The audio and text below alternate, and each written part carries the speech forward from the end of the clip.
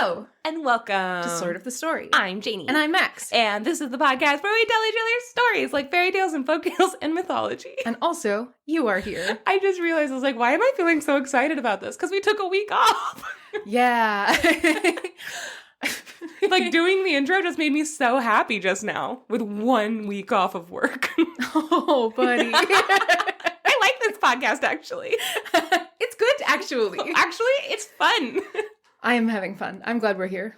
And I'm glad you guys are all here also. Hello, welcome. Hello, and welcome. Are you a child? This isn't for you. No. Go turn on Bluey.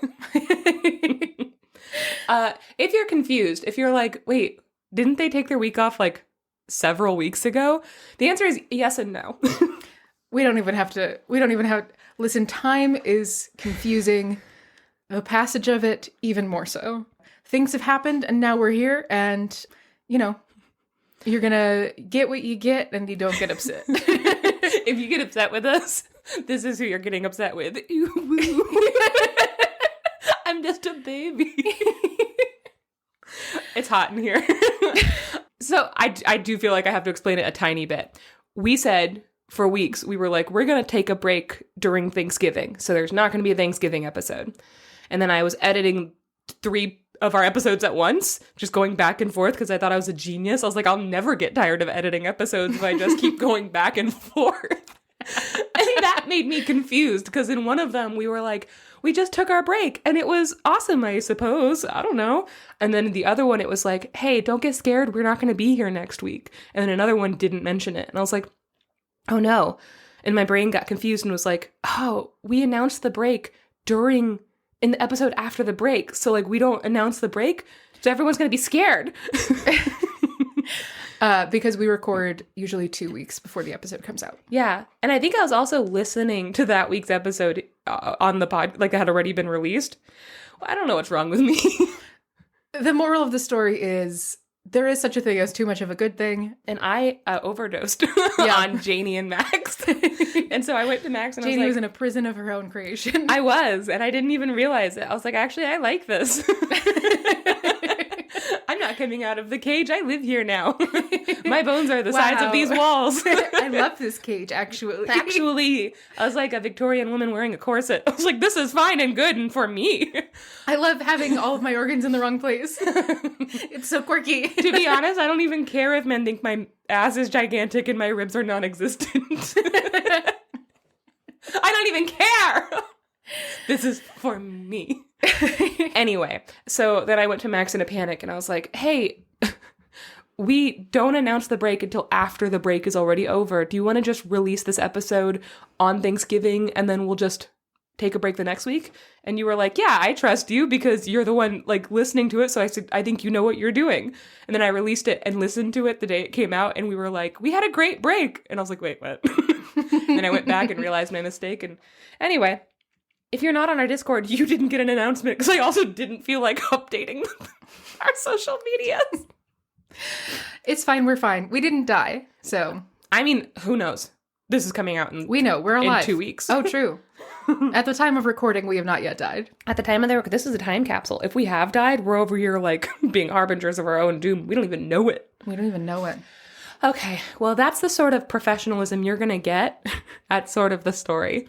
And if you want more of it, you can get it. You can pay us for more of this. Max, tell them how. Absolutely. We have a Patreon. You know how Patreons work. You know. You're listening to episode 100 and...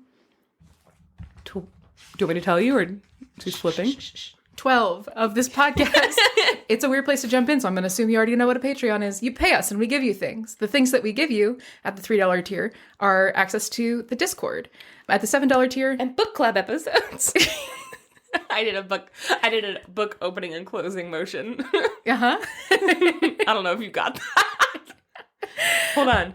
Book club. I was clubbing you. Oh, that looked like a lasso. Okay, how about this? Book.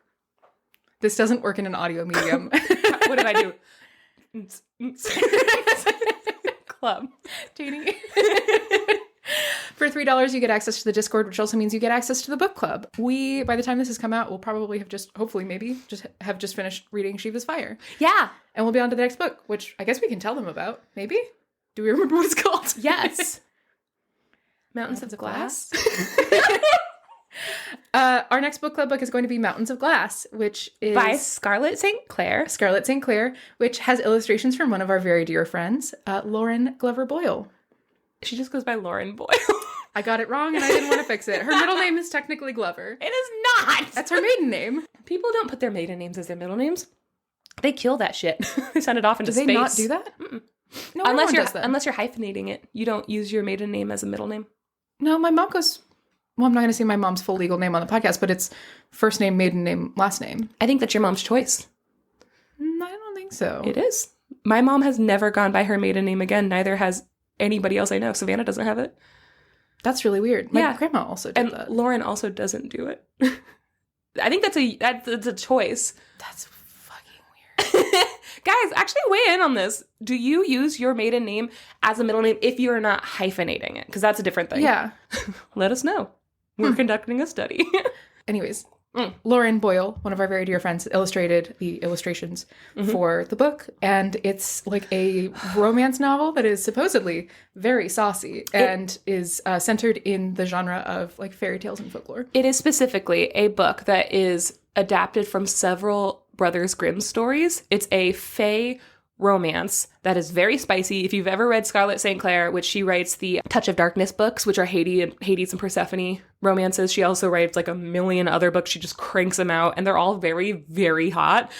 Extremely, extremely sexual. You cannot read that with children nearby. But they might absorb it. Huh.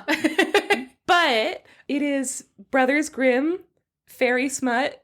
It's right up my alley. And so, yeah, we're going to be reading that for the podcast to celebrate Lauren. Yes. It's in Barnes & Noble, and it's in Target, and it's in like a bunch of places. It's online. You can get them in a lot of places. Mountains of Glass. Mountains of Glass. So that'll be our next book club book.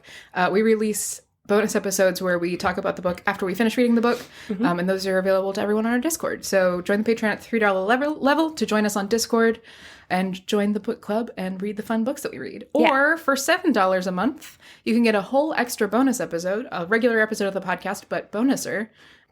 And we release those once a month at the beginning of the month. So we have actually, as we're recording this, just released the December one. And the next one will be the January one, which I'm really excited about. How fun. Mm-hmm. That is exciting. So... That was really way hotter than I thought it was going to be. Big sip into the mic. Ooh, I have to edit that later. I am not looking forward to that. That was a little horrible thing for me.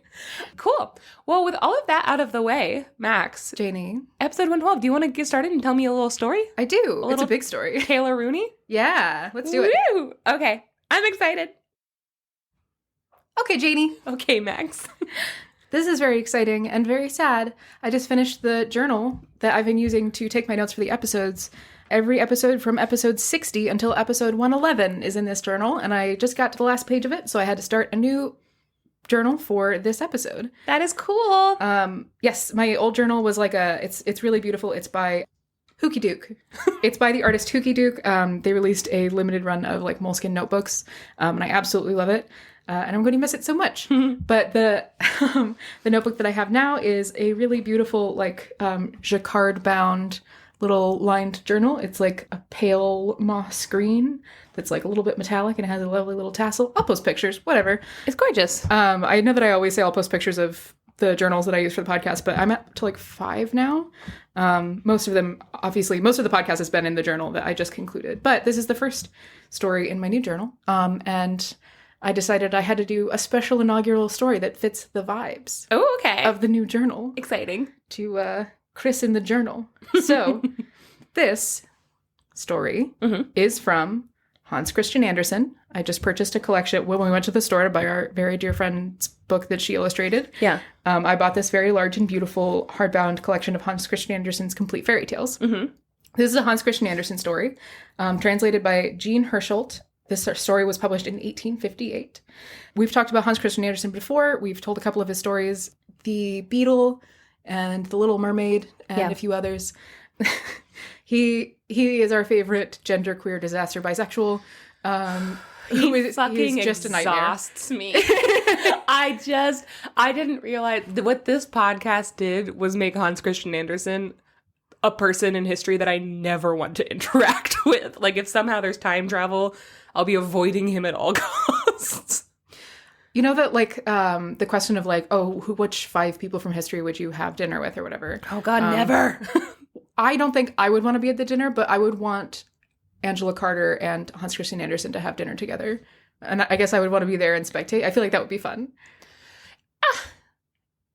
I'm trying to I mean, out of the two of us, you would definitely have way more patience, I think, with a person like Hans Christian Andersen. But if I sound insane, guys, just know every person of note at the time he was alive who met him and interacted with him writes insane, exhausting things. Like him getting a bad review and throwing the temper tantrum to end all temper tantrums on their front lawn and screaming for the neighbors to hear. Or like trying to convince them to get their sons to shave his full body. Or like refusing to leave somebody's house when he was supposed to be there for 5 days and refusing to leave for 2 months and then being like, you have to go home. I realized as I was going through this collection to find this story, there are obviously a lot of stories where he includes a character who is obviously like a self-insert character kind of. And a lot of times it's like someone who's like, oh, their life is so bad and nobody understands them and they're just trying their best. True. Of Hans. To be absolutely fair, that is true of Hans Christian Andersen as well. His life was fucking hard and he was a queer man and he did a lot of cool stuff and he was an icon and good God, never let him near me. But I realized going through this, and this is something that I just found out, so I haven't done any research, but I think that a lot of his stories have a self-insert character called the Goblin. Aww. Who's just a little goblin. And he's like, the Goblin, you know, the Goblin, the nasty little guy that nobody likes. And he's so rude. And I'm pretty sure that it's like a recurring character through a couple of his stories that is very clearly supposed to be him, like, feeling weird in situations. Aww. Oh, it's so funny. Anyways, I love him very much. He's awful. That's really good.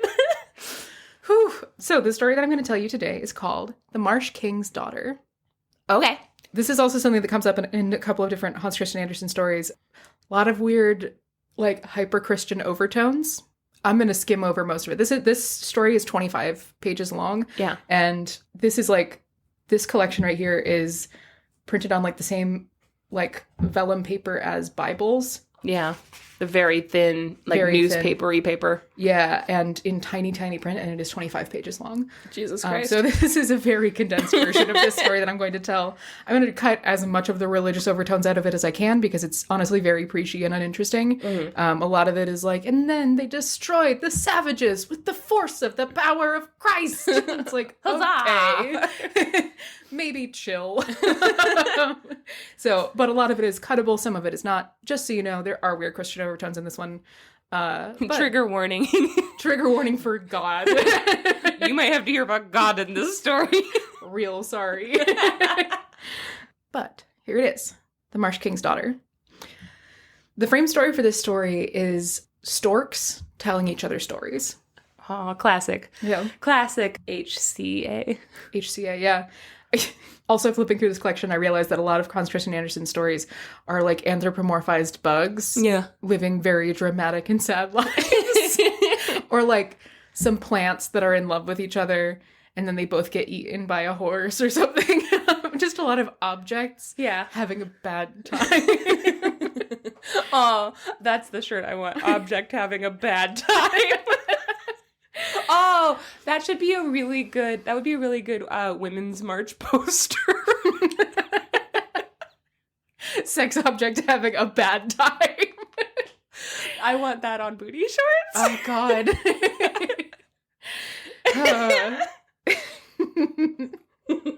I can't wait for us to have, like, just a horde of booty shorts. Guys, that's coming. That's coming. Just so you know, booty shorts are coming as sort of the story merch. Yeah, so a lot of the story is told in the context of storks telling each other this story, because this is a story that storks feature highly in. So they're like storks, when they tell stories to their babies, they're like two main stories that they tell to their babies that are like stories about storks. And there's like Moses and the stork on the river and everything. And then there's this story. Mm-hmm. So in our story, there are two storks, and they have their summer home in Denmark, in an old Viking castle, which is all made of wood. This is in the Viking era. Okay. The area that the castle is in Jutland, or Jutland, I don't know. Jutland. Yeah, which is modern day Denmark, in an area called Wild Marsh. And this is like a huge, broad, like marsh, moor, swamp. And it is very much like that, like northern marsh where it's all very like misty and cold, and it's hard to tell sometimes before you take a step whether it's like solid ground or just a puddle that you're going to sink into. Many times in this area where the ground is sort of indeterminate, people will find themselves walking around and they will step in the wrong place and then they will sink before they know what's happening, which is a phenomenon that happens in the world, as you know. Yeah. So like people will just disappear on the marsh all the time. Yeah. And the story goes that anyone who sinks into the marshes becomes a prisoner of the Marsh King, who is a figure who rules the land below the marshland. Big Earl King vibes. Big Earl King vibes. Yeah. So the people who disappear in the marsh sink down to the Marsh King, who rules the land beneath the marsh. Not much is known about the Marsh King, and perhaps it's better it stays that way. The two storks who live in the Viking castle are a male stork and a female stork, and they are a mated pair, and they are referred to throughout the story as the stork husband and the stork wife, or the stork father and the stork mother. Mm-hmm. At the beginning of the story, the stork wife is sitting on her nest, and she has just laid her first batch of eggs. Brood. Carton. She's just laid her first carton of eggs. She's sitting on top of her nest on top of the Viking castle. Mm-hmm. And it's getting later in the day, and the father stork comes home from where he's been out fishing. And he looks very upset. And he comes in, he says to her, like, you will not believe what I saw. It is so upsetting. And she's like, okay, well, maybe don't tell me, because I'm sitting on our eggs, and if I get upset, they could come out weird. And he's like, okay, but like, can I just tell you the crazy thing? And she's like, yeah, obviously tell me the crazy thing, but like, just be chill about it, or these eggs are going to get messed up. And so he explains to her, he's like, I was out on the marshes and I saw the daughter of our Egyptian host. When they fly south for the winter, they fly south to Egypt, and they live for the winter, they live in a similar nest to the one that they have here in Denmark in Egypt. And so they consider their nest in the palace of the Egyptian king to be sort of their like summer home, winter home kind of thing. That's also the migratory pattern of the stolen veil, like the little swan princesses in this story. Yeah. Yeah. I wonder if that's actually just where birds go. Entirely like, possible. From Denmark, Germany, that area to Egypt. Maybe. They mention Egypt constantly in these stories. Egypt is a huge theme in this story. Okay. And also swans. Yeah. I'll get into it. Oh, that's cool. Okay.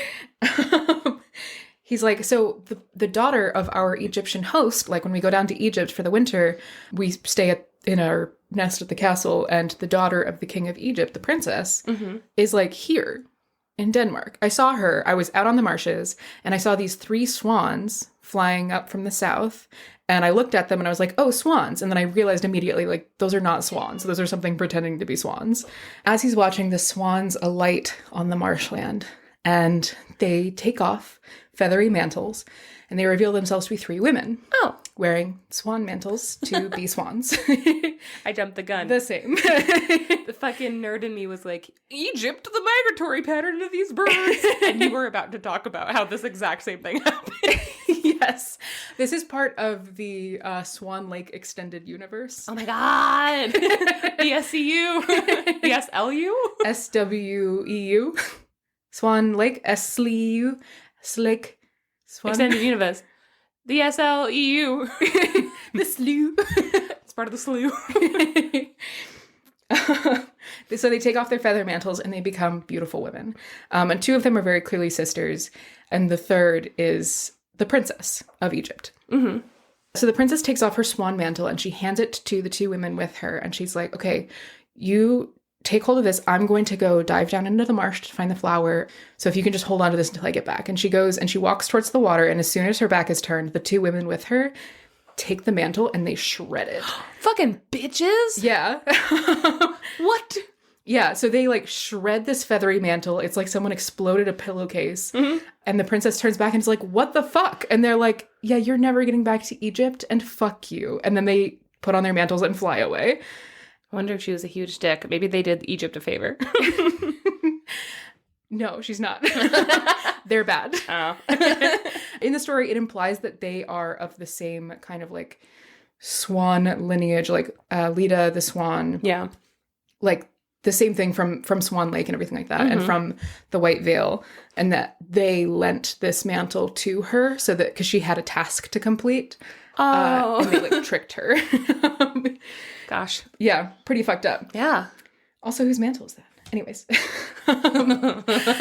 So she's just stuck in the middle of the marshland, thousands of miles from home, and she's like, oh my god, okay. And she just like sits down and she looks down into the water and she like dives into the water to try and find this flower. And she comes back up a couple seconds later and she can't find anything. So she just sits down on this little island in the marsh that she's landed on, basically. Yeah.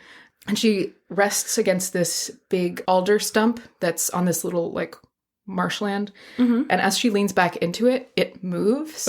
And two huge branched arms come up out of the ground as though to embrace her. And she sees them moving. She screams and she backs away and stumbles back into the marsh and falls in and disappears. And all that the stork sees from then on is like dark brown bubbles rising from the bottom of the swamp. And he waits and she doesn't come back up. Fuck. Yeah. And so he comes back and he tells his wife all of this and he's like, I don't know what the fuck just happened, but it was really upsetting. And she's like, well, now our babies are going to be weird because I'm super stressed out. And he's like, I'm really sorry. Yeah. Like he said, can I tell you the weird part? And then told her all the upsetting parts. Yeah. The weird part would be I saw birds turn into women and then he could have just left it. No, that's not the weird part for him. And then they committed a murder. Yeah, throughout the story, there are all these interjections of his wife being like, well, this is too stressful. Don't tell me anymore. And he's like, okay, I won't tell you anymore. And she's like, well, obviously I need to know the end of it. So just tell me the rest, but like without any kind of embellishment. And he's okay, so then they like flew away and she's like, oh God, don't tell me anymore. But what happened after that? This is a pretty good representation of me and you. I'm like, I saw a really upsetting spider thing. Can I? And you're like, no. And I'm like, okay. But this is a different situation where I'm like, no, I don't want to see it. And you're like, okay, but like you should see it. And I'm like, no, I don't want to see it. I will not have a good time. Okay. Can I tell you? And you're like, no, I don't want to know it. So this is a different situation. I get the urge of being like, I can't have this upsetting thing in my head just for me. I have to spread it. Somebody else needs to have seen this and know this. And you go to the person who you're closest to. And for me, that's you. Aw, hey, buddy. Anyway, I don't want to hear about spiders. Okay. So the father stork goes back to his wife stork and he tells her this whole story and she's like, oh my God, that's awful. And he's like, yeah, so she's like obviously dead. And she's like, okay, well, I've seen the princess like on our winter trips and she's made of some pretty tough stuff. I'm sure that she'll, be fine one way or another. Yeah. I'm sure that she's fine. She can take care of herself. And the father stork is like, I don't think so, but if you're sure, I'll like keep an eye out for her. I'll look for her every day. Nice. So from every day from that point on, when he goes out into the marshes, he makes sure to go over that spot and look, and he like looks around and sees if there's any sign that the princess has come out of the marsh, and there never is.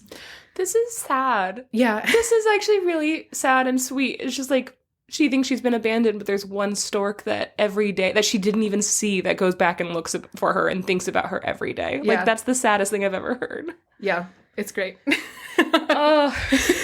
And a couple of months pass and he's still, it's getting towards fall and he's still looking at, this spot where she's disappeared. And one day he notices that a water lily has started to sprout up. He sees like this like green sprout coming up from the bottom of the marsh in the spot where she disappeared. And he sees this like green sprout growing towards the surface and it reaches the surface and then it spreads out into a lily pad and it has a little closed water lily on top of it. And eventually the water lily blooms and inside of the bloom is a perfect tiny little baby. Oh. And at first the stork is like, oh my god, the princess is back, because this little baby looks exactly like the princess. Oh my god. And he's like, oh, she went down there and she became a baby.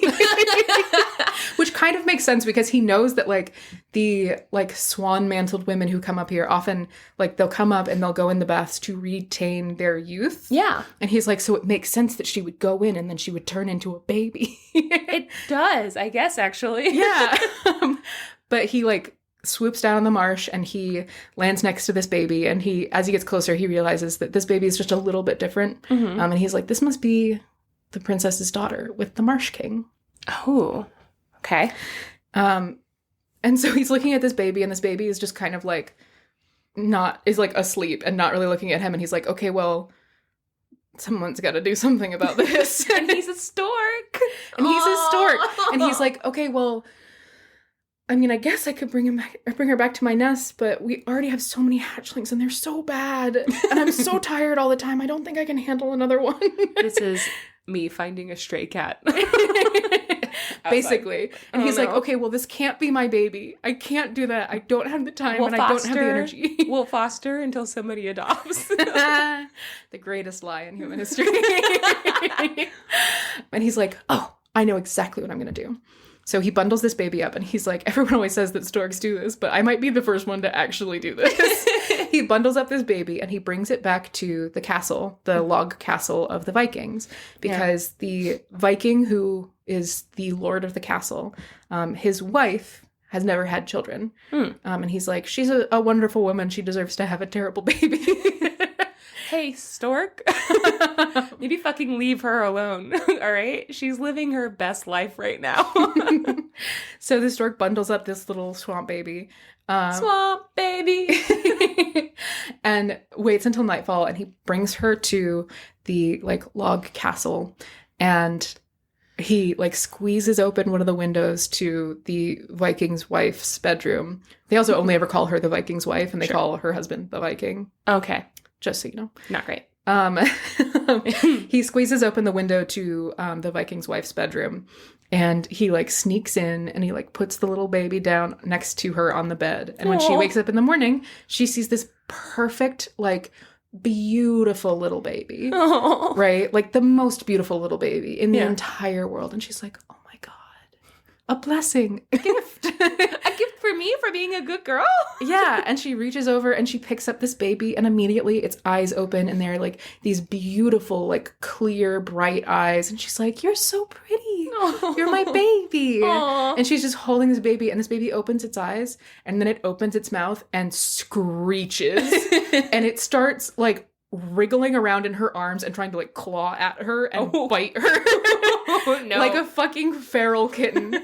Just like fully trying to draw blood, and she's like, oh, shush. Shush, shush, shush, shush. Oh my God. And this baby just like screams and wails until it tires itself out and like passes out. And she's like, oh, my beautiful baby. This is how babies are. And she's right. And she's right. And she's so excited about her baby. She spends the whole day, she goes around the castle, and she like tidies everything up. She's like, I can't wait for my husband to get home and find out that like we have a baby, and he's gonna love this baby so much. And like, we've been blessed. We've been trying for a baby forever. I am so excited for him to get here and meet our daughter. She spends the whole day like sprucing up the house and like getting a fire ready for when he gets home. And he doesn't get home that day, but he gets home a couple of days later. So she's kind of she's waiting in the house. And then that evening she is like tuckered out from cleaning. Mm-hmm. And she goes up to her room and she like puts the baby down to sleep and goes to bed very early because she's very tired. She puts the baby down to sleep. And then she wakes up in the middle of the night and she looks over and the baby is gone. Oh, no. She's like, oh my God, I've had the baby for like a day and I've lost it. We just got it and I've already lost it. Yeah. So she like sits bolt upright in bed and she flings the blankets back and starts like looking around the room frantically. Mm-hmm. And then she hears from behind her, and she looks and there's a huge toad sitting in the middle of her bed. Did it eat the baby? It's a big ass, ugly ass, slimy toad just sitting in the middle of her bed. Okay, her bed is no longer a safe place for her to be. She keeps waking up and a new weird thing is in there. And this is like in the hours, like it is like just before dawn, but it is still black outside. And so she like is like okay, there's a fucked up toad in my room. And she goes and she like grabs something and goes to like squish the toad. Oh no. But she's like, she turns back and the toad just looks at her with these like soulful eyes. She's like, okay, I guess that might be an overreaction. The priority here is to find the baby. This weird thing has to wait until morning. So she keeps looking around her room and she sees like the first little like pink pinpricks of light coming over the horizon. She throws open the window so that she can see better as she's like tossing things around in her room to try and find the baby. And a little beam of sunlight comes in through the window and touches the frog. And she watches as the frog stretches out and its legs like unkink and its skin turns like pale again, and this frog stretches out and becomes a beautiful baby. Oh my god, it's a Fiona situation. It is. Oh my god, this tale is Shrekian. It is Shrekian. This is basically just Shrek, I'll be honest. It wasn't until I was writing my notes, but I was like, oh, this is Shrek. I'm just telling Shrek. I'm just telling you Shrek. Oh my gosh. Guys, happy Shrekmas. Happy Shreksmas. Max said Shreksmas and then gave a panicked look. So this toad turns into the baby, and she's like, oh, okay, the baby is the toad is the baby. And over the course of the following days... You remind me of the toad. What toad? No, I mean the baby. What baby? The toad baby. The baby toad? I don't fucking know. This script has gone off the rails. So she sees this toad turn back into the baby, and she's like, okay, so they're the same thing. This is a baby that turns into a toad. And immediately, as soon as this baby turns back into a baby, it starts like howling like a wild cat again and like scratching at her and like just like being awful. She's like, okay, this baby might suck actually. But she spends the following days and she kind of learns the rules. The rules of this baby are, during the daytime, she's a beautiful, like perfect angel child who has the temper of a fucking javelina, just like biting and clawing. And this baby is mean. Like, this is not just like a baby who is like going crazy and like trying to defend itself. And gassy. No. This is a baby that wants to hurt you. This is a baby that wants the world to burn. This baby cannot be around small animals. No. Or fire. No. Oh no. Oh no. And then during the night, the baby, as soon as the sun goes down, the baby turns into this huge fucked up frog. It's like uglier than a normal frog, toad. It uses them interchangeably, as always. Yeah. Again, I know the difference between frogs and toads. It uses them interchangeably. This is not me being dumb. This is just how fairy tales work. I was waiting for this speech and I was like, oh, maybe Max finally feels comfortable enough to just like do stuff. It is described as being more like a toad, but they use the word frog a bunch of times. Okay. So big old toad. Yeah. So at night, this baby girl turns into like an ugly toad-like monster, but it has these like big, sweet, soulful eyes, and it can't talk, but it like has these croaks that almost sound like a sort of like a plaintive cry, like a baby a little bit, but not like screaming, wailing, screeching like the human baby is, but like just like a very sad like baby kind of. Yeah. And the Viking's wife, she, every night she like kind of takes care of, but every night she takes care of this little girl. But she comes to realize that she likes her especially at night, because this toad will just like hang out with her. It'll just like sit on her lap, and she'll tell it stories and everything like that. And it's just this like sweet toad with like the biggest, sweetest eyes, who really genuinely seems to love her.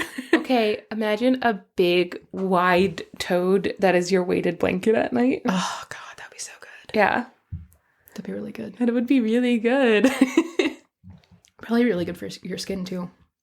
Okay, I don't like, he's not slimy, so he's not slimy. Okay. Hey, Max, in my fantasy, not slimy. Okay, well. So a couple of days pass and she kind of learns the ropes for this baby. And then her husband comes home, the Viking. And he comes home with his whole raiding party. They've been on a raid. Cool. And so all of these men like bust into her house, and immediately there's a huge celebratory feast. And like people are wasted and they're like breaking everything, and they like eat for just hours on end. And she's like at the head of the table with her husband, who just will not stop talking about how great this raid went. And she's like, oh, you have a baby. Oh, here she is. And she like shows him the baby girl. It's like daytime, so it's like a baby girl. But she kind of decides in this moment, she's like, he can't know that sometimes she's not a baby because he's like a very superstitious, like sort of one-track mind, black and white kind of person. Yeah. So he's like, he will kill this baby. He sounds like a bad person. Yeah, he is. Okay. So she's like, he can't know about like the other side of this baby, basically, because he will murder my baby. Yeah. And the only thing I like about my baby is when she's not a human baby. Yeah, exactly. 100%. She hates her human daughter. Yeah. She loves her frog daughter. Aww.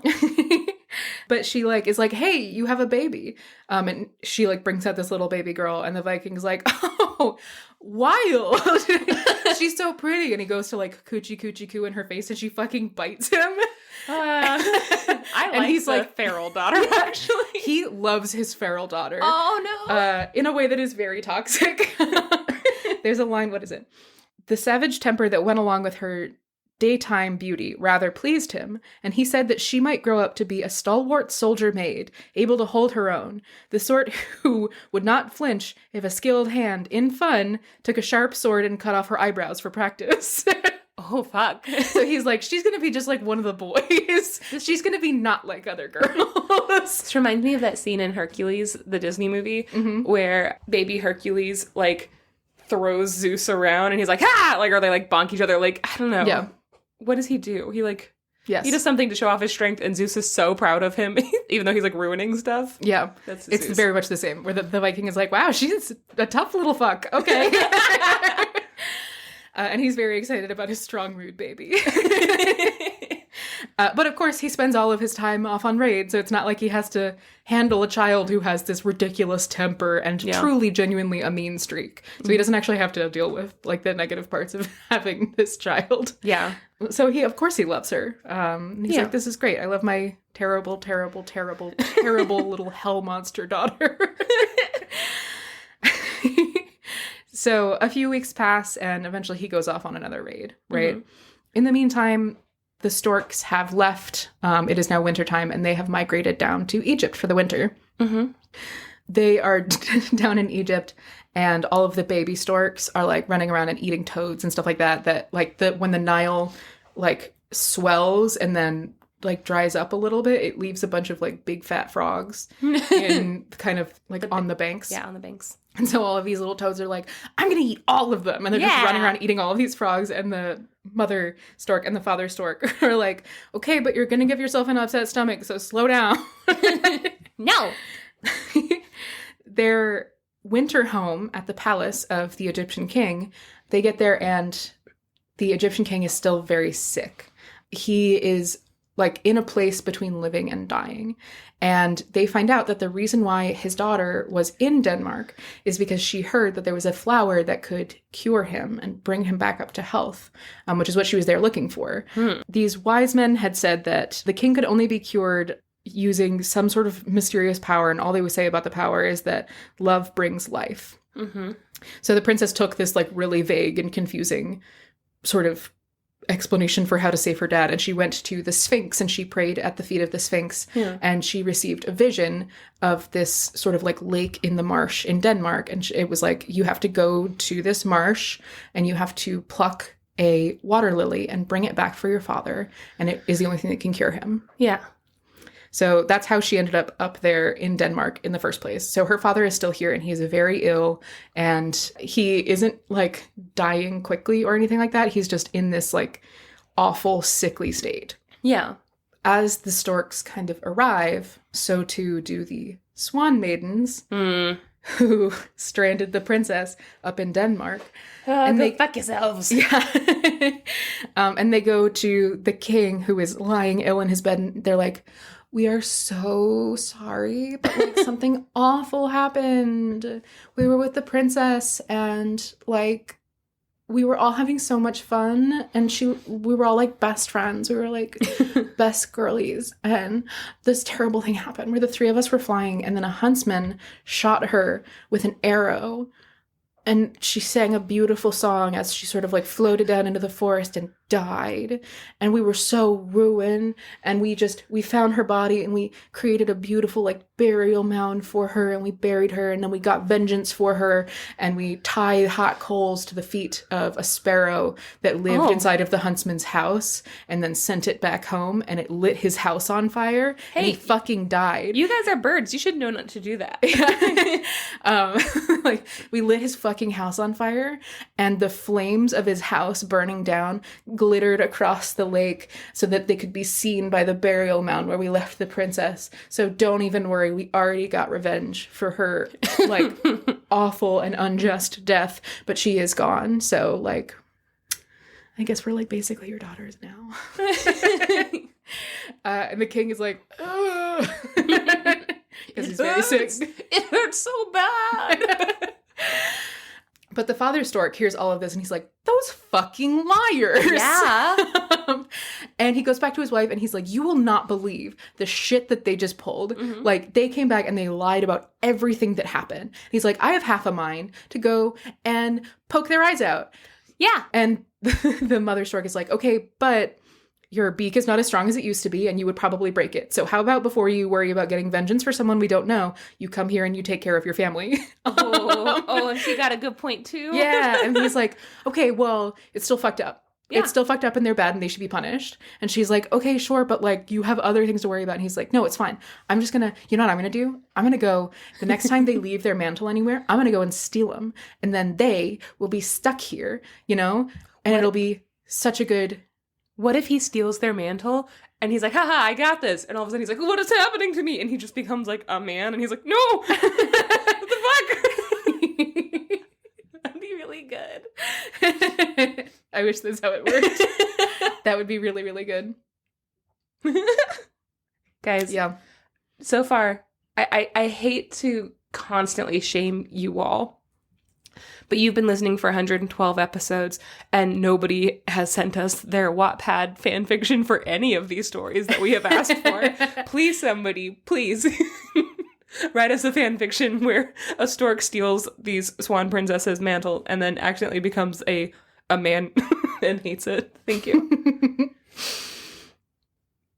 Good.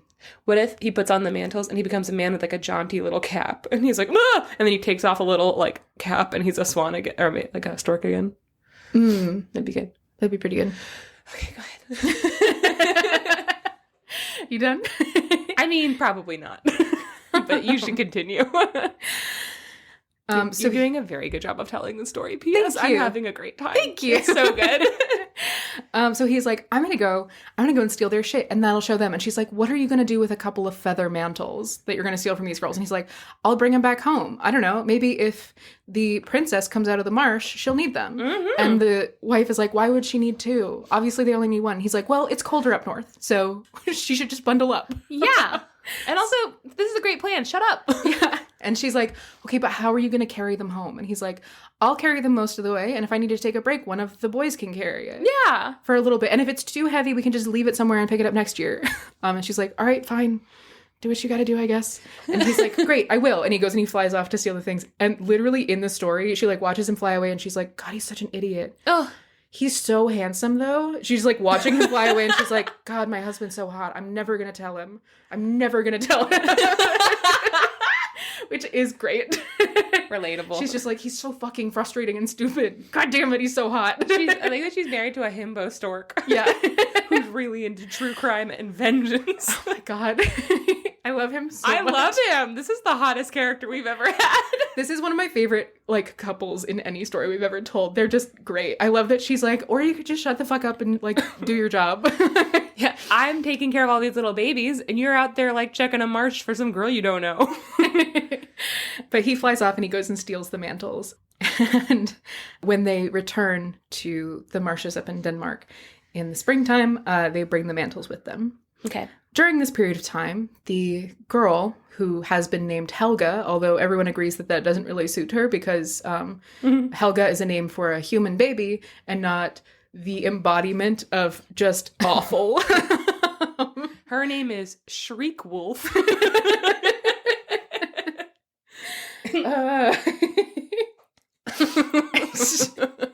truly, her name is Knifeblood. Just like Knifeblood. She's awful. Oh, so good though. This little girl is named Helga, and over the course of the following years, she grows into a terrible little girl. Truly like a cruel, nasty, rude little girl. She tells her father all the time, she's like, Daddy, if you were asleep and someone came and ransacked the castle and burned it down and it like fell on your head, I wouldn't even try to wake you up. I would just watch from outside and I would laugh. And he's like, I love my daughter. Ah, you little psycho. You're the best. Here's a piece of ham. And every time her mother like comes out and like tries to do anything that isn't just like wrangling her awful daughter, her daughter pretends to go and drown in the well. And her mom has to like drag her out. And then as soon as she picks her up, her daughter starts like biting her. And she's like, God damn it. Oh my God. Okay, I have a first grader who's exactly like this. Just so fucking exhausted. And the Viking is like, she's so funny. And the Viking's wife is like, I want to kill myself. This is awful. Mm-mm. And every day with this child is hell. This child like goes out of their way to make sure that nobody ever has a good time. I have a first grader who's this kind of chubby little blonde girl. She's the cutest thing ever. She has big glasses and she wears a little backpack all the time. She never takes it off. And at the car rider line every day, she's like talking to other kids. And I'm like, there's no talking in the car rider line. And if I say that to her, she like narrows her eyes at me and then slips like water under the table, like hands last.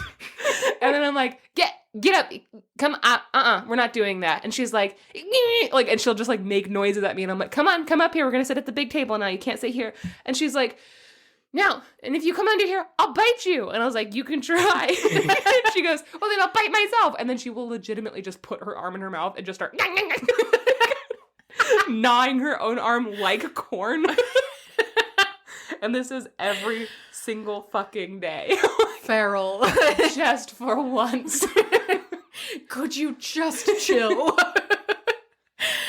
No, God. she cannot, and she will not.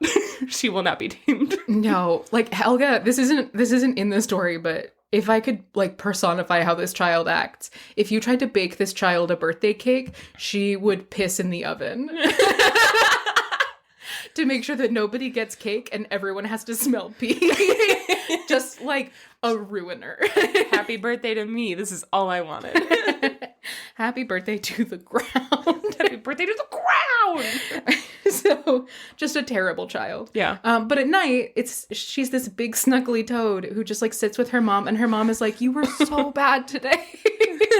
You were so bad." And this toad just like looks at her sympathetically and is like, I know. Slap, really slap, sorry. slap. That's this little like horrible toad paw slapping her in the face reassuringly. So very clearly, the Viking's wife at this point is like absolutely hates her human daughter and loves her toad daughter more than anything in the world. And like sometimes she'll just be like, God, I wish you were a toad all the time. You are so sweet. I love you so much. Do you think she puts the toad in little dresses? Probably. Oh, I assume. That's good. Yeah. That's good for me. So one year, the Viking goes off on a raid, and when he returns, he has captured. Here's the Christianity part. Oh, I forgot about that. Yeah. Jesus Christ. Yeah. When he returns, he comes with a captured Christian priest. Okay. On his travels, he's encountered this Christian priest, and being the horrible, bloodthirsty Viking that he is, he was like, there shall be no Christ in my lands. And so he and his men capture the priest, and they bind him hand and foot, and they bring him back home as like kind of a joke. They're like, look at this fucking asshole. We hate him.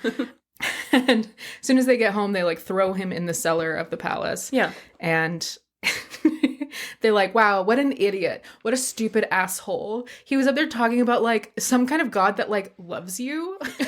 And he was in this like big old building that was full of like gold and stuff. And everyone was like, we love God and God loves us. And it's like, stupid, right? And so obviously we took all of their stuff, and also we took this idiot. Yeah. Yeah. We're so cool. Yeah. And the Viking's wife is hearing all of this, and she's like, she has heard whisperings of Christ. And she's like, I actually kind of agree with that. And I think he's actually pretty cool, but I would never tell anyone because I'm a Viking heathen. Yeah. But she, kind of secretly is like, I mean, this Christianity thing maybe ain't so bad. Yeah. So they haul in this priest, they throw him in the cellar, and she's like, why are you doing that to that man? Like, he is not doing it. He never did anything wrong. And he looks, I mean, he doesn't look like a bad guy. He looks like Balder, who is one of the Norse gods. Oh, so he's hot. Yeah. Okay. Also, bold of you to assume he's never done anything wrong. Yeah. She's like, he looks like Balder, and you're throwing him in the cellar. And, like, don't you feel like that's a little bit bad? Maybe you're bad? And the Viking is like, nope, I can't do anything wrong, and I don't want to think about anything. And she's like, okay, well, I feel sorry for him. And now to punish him, I'm going to make him spend an hour with my terrible daughter. Funny you should mention. Ooh. So she's like, I feel sorry for him. Like, honestly, I feel like you should let him go. Mm-hmm. And hearing this, her terrible human daughter is like, I think we should never let him go.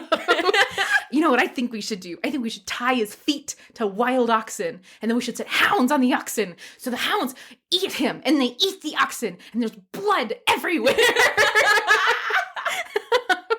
Who let the kid pitch ideas?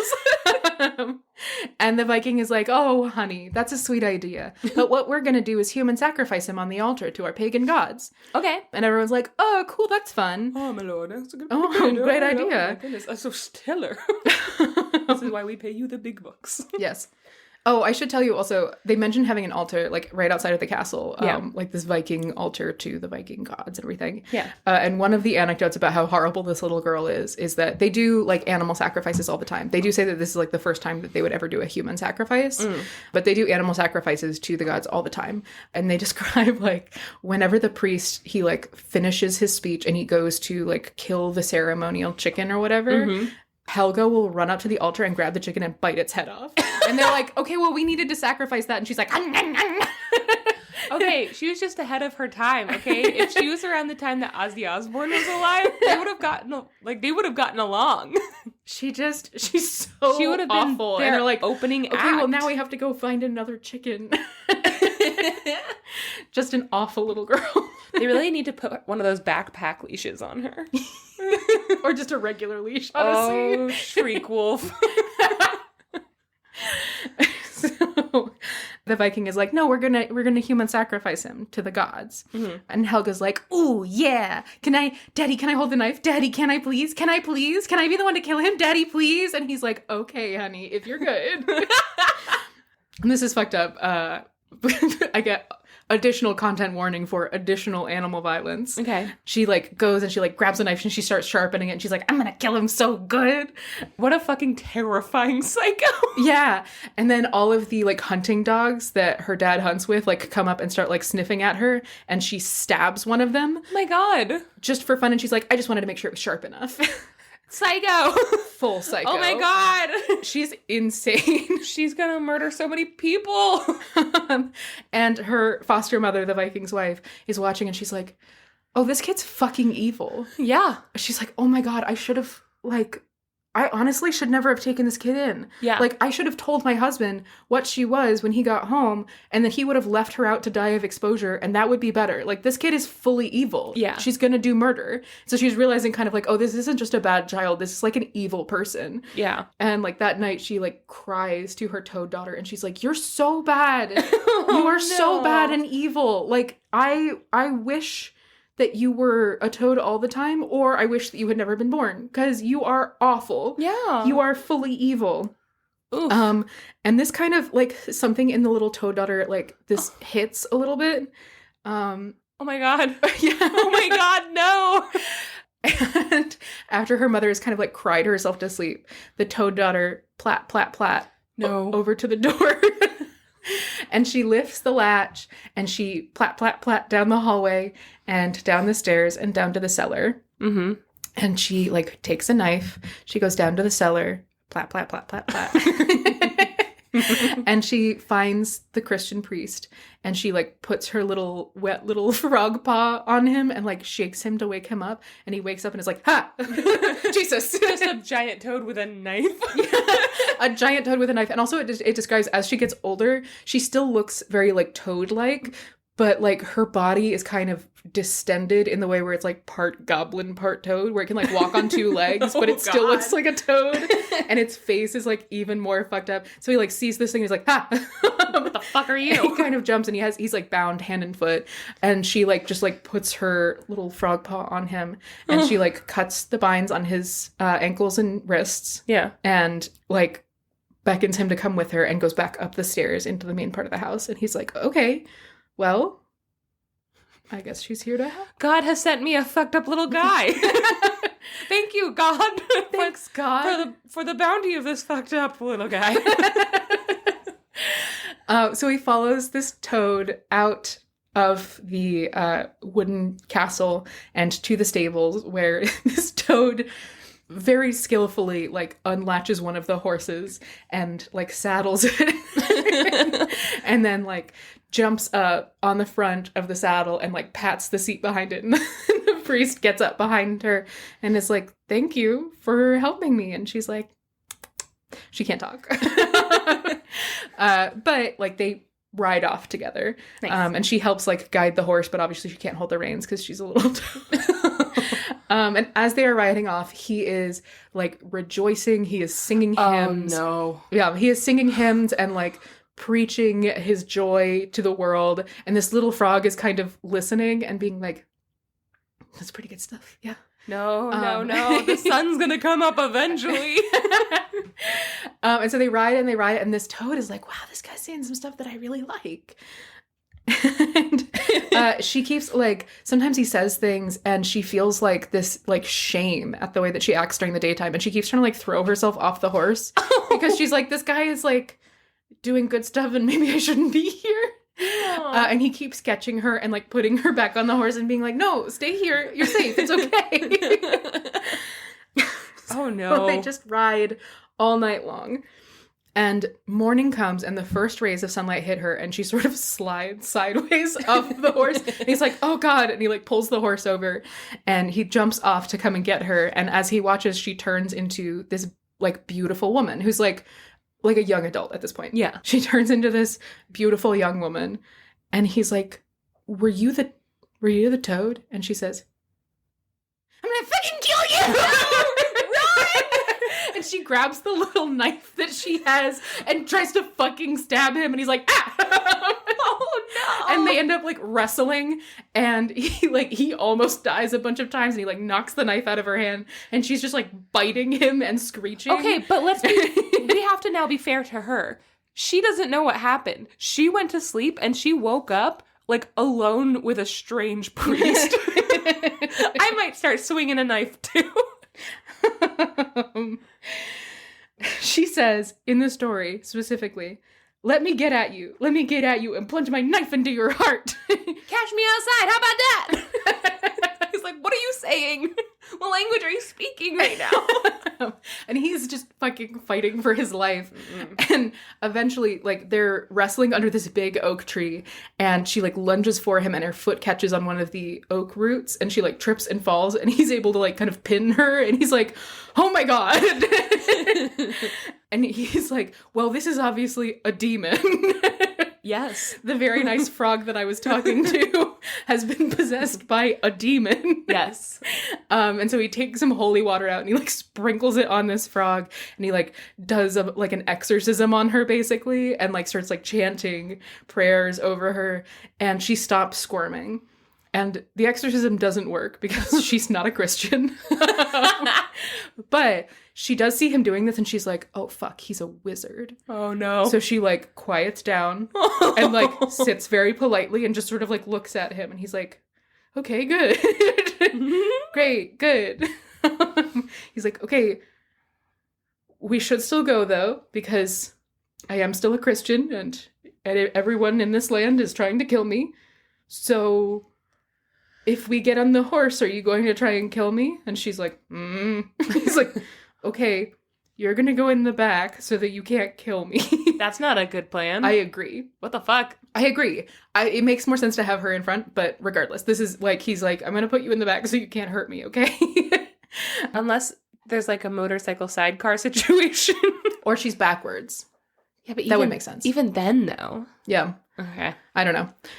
But she kind of like grumbles and he's like, okay, I'm going to put you on the horse now, okay? And she's like, He puts her on the horse. And then he gets on the horse and they continue to ride. And they ride all day long. Yeah. And as it's getting towards nightfall, they pass out of this forest and like through a wide field and into another forest. And the sun is starting to go down. And suddenly they burst into this clearing and there are a bunch of robbers. And the robbers all like hear them coming and take out their weapons and sort of like surround them. And they're like, oh, looks like you kidnapped a girl there, huh? Where'd you get her from? She must be tied up. Maybe. Oh. Or she's just like a beautiful girl and there's a Christian priest. Oh, no. Yeah. They're like, oh, where'd you get that? And he's like, it's none of your business and leave us alone. And they're like, okay, counterpoint. And then they stab the horse in the neck. Oh. And the horse rears back and tosses both of them off. Yeah. And then falls down on its side and is just bleeding. Oh my God. I hate this. I know. And Helga immediately throws herself over this horse's neck because even though she is a little hell beast child, it reveals that like this is her horse. Oh. Yeah, that she like took out of the stables, and this horse is like one of the only things that she isn't mean to. And so she like throws herself over the horse's neck to try and protect it from the robbers. Yeah. And the Christian priest steps between her and the robbers to protect her and like holds out his shield and is like, no, like you guys aren't going to touch her. And the robbers all close in on him and they're like, or what if we fucking do? Yeah. And then one of them takes a hammer and hits the priest across the head. Oh. And his fucking skull splits open and he falls down on top of Helga, just dead. What the fuck? Yeah. Wow. Yeah. The story took such a weird turn. Yeah. I have a little bit of whiplash, actually. Yeah. It's crazy. Okay. So his crumpled body collapses on top of her and the robbers are like, okay, great. So let's get to robbery. And they like pull her out from under him. And just at that moment, the sun sinks below the horizon and she turns into a frog creature. And they're like, oh, Christ. And immediately, because they're still in Denmark and this is still like the Norse religious territory, they're like, oh God, Loki played a trick on us. We've got to get out of here right now. Yeah, that's a complete Loki move. Yes. And so they all run away. Yeah. And so now there's just this very sad little toad and she goes over and she like takes some water from the river and she like tries to wash off the priest's face. But he's fully dead and the horse has blood out and she like tries to wipe it down and there's nothing that she can do. My God. Yeah, it's horrifying. Super, super sad. Yeah. There's nothing that she can do. The end. Anyway, on to my goofy tale. And she's like, she like sits there with them until like it keeps getting later and darker and everything. And she's like, okay, wild animals are going to start showing up and like trying to eat them. And she's like, I've got to get them like safe from animals. How's she going to drag a whole ass horse? Great question. Okay. So she's like, I've got to put them in the ground so that they don't get like eaten. Yeah. So she finds a big stick and she uses that to kind of like dig a hole in the ground, which is really hard because she's a toad.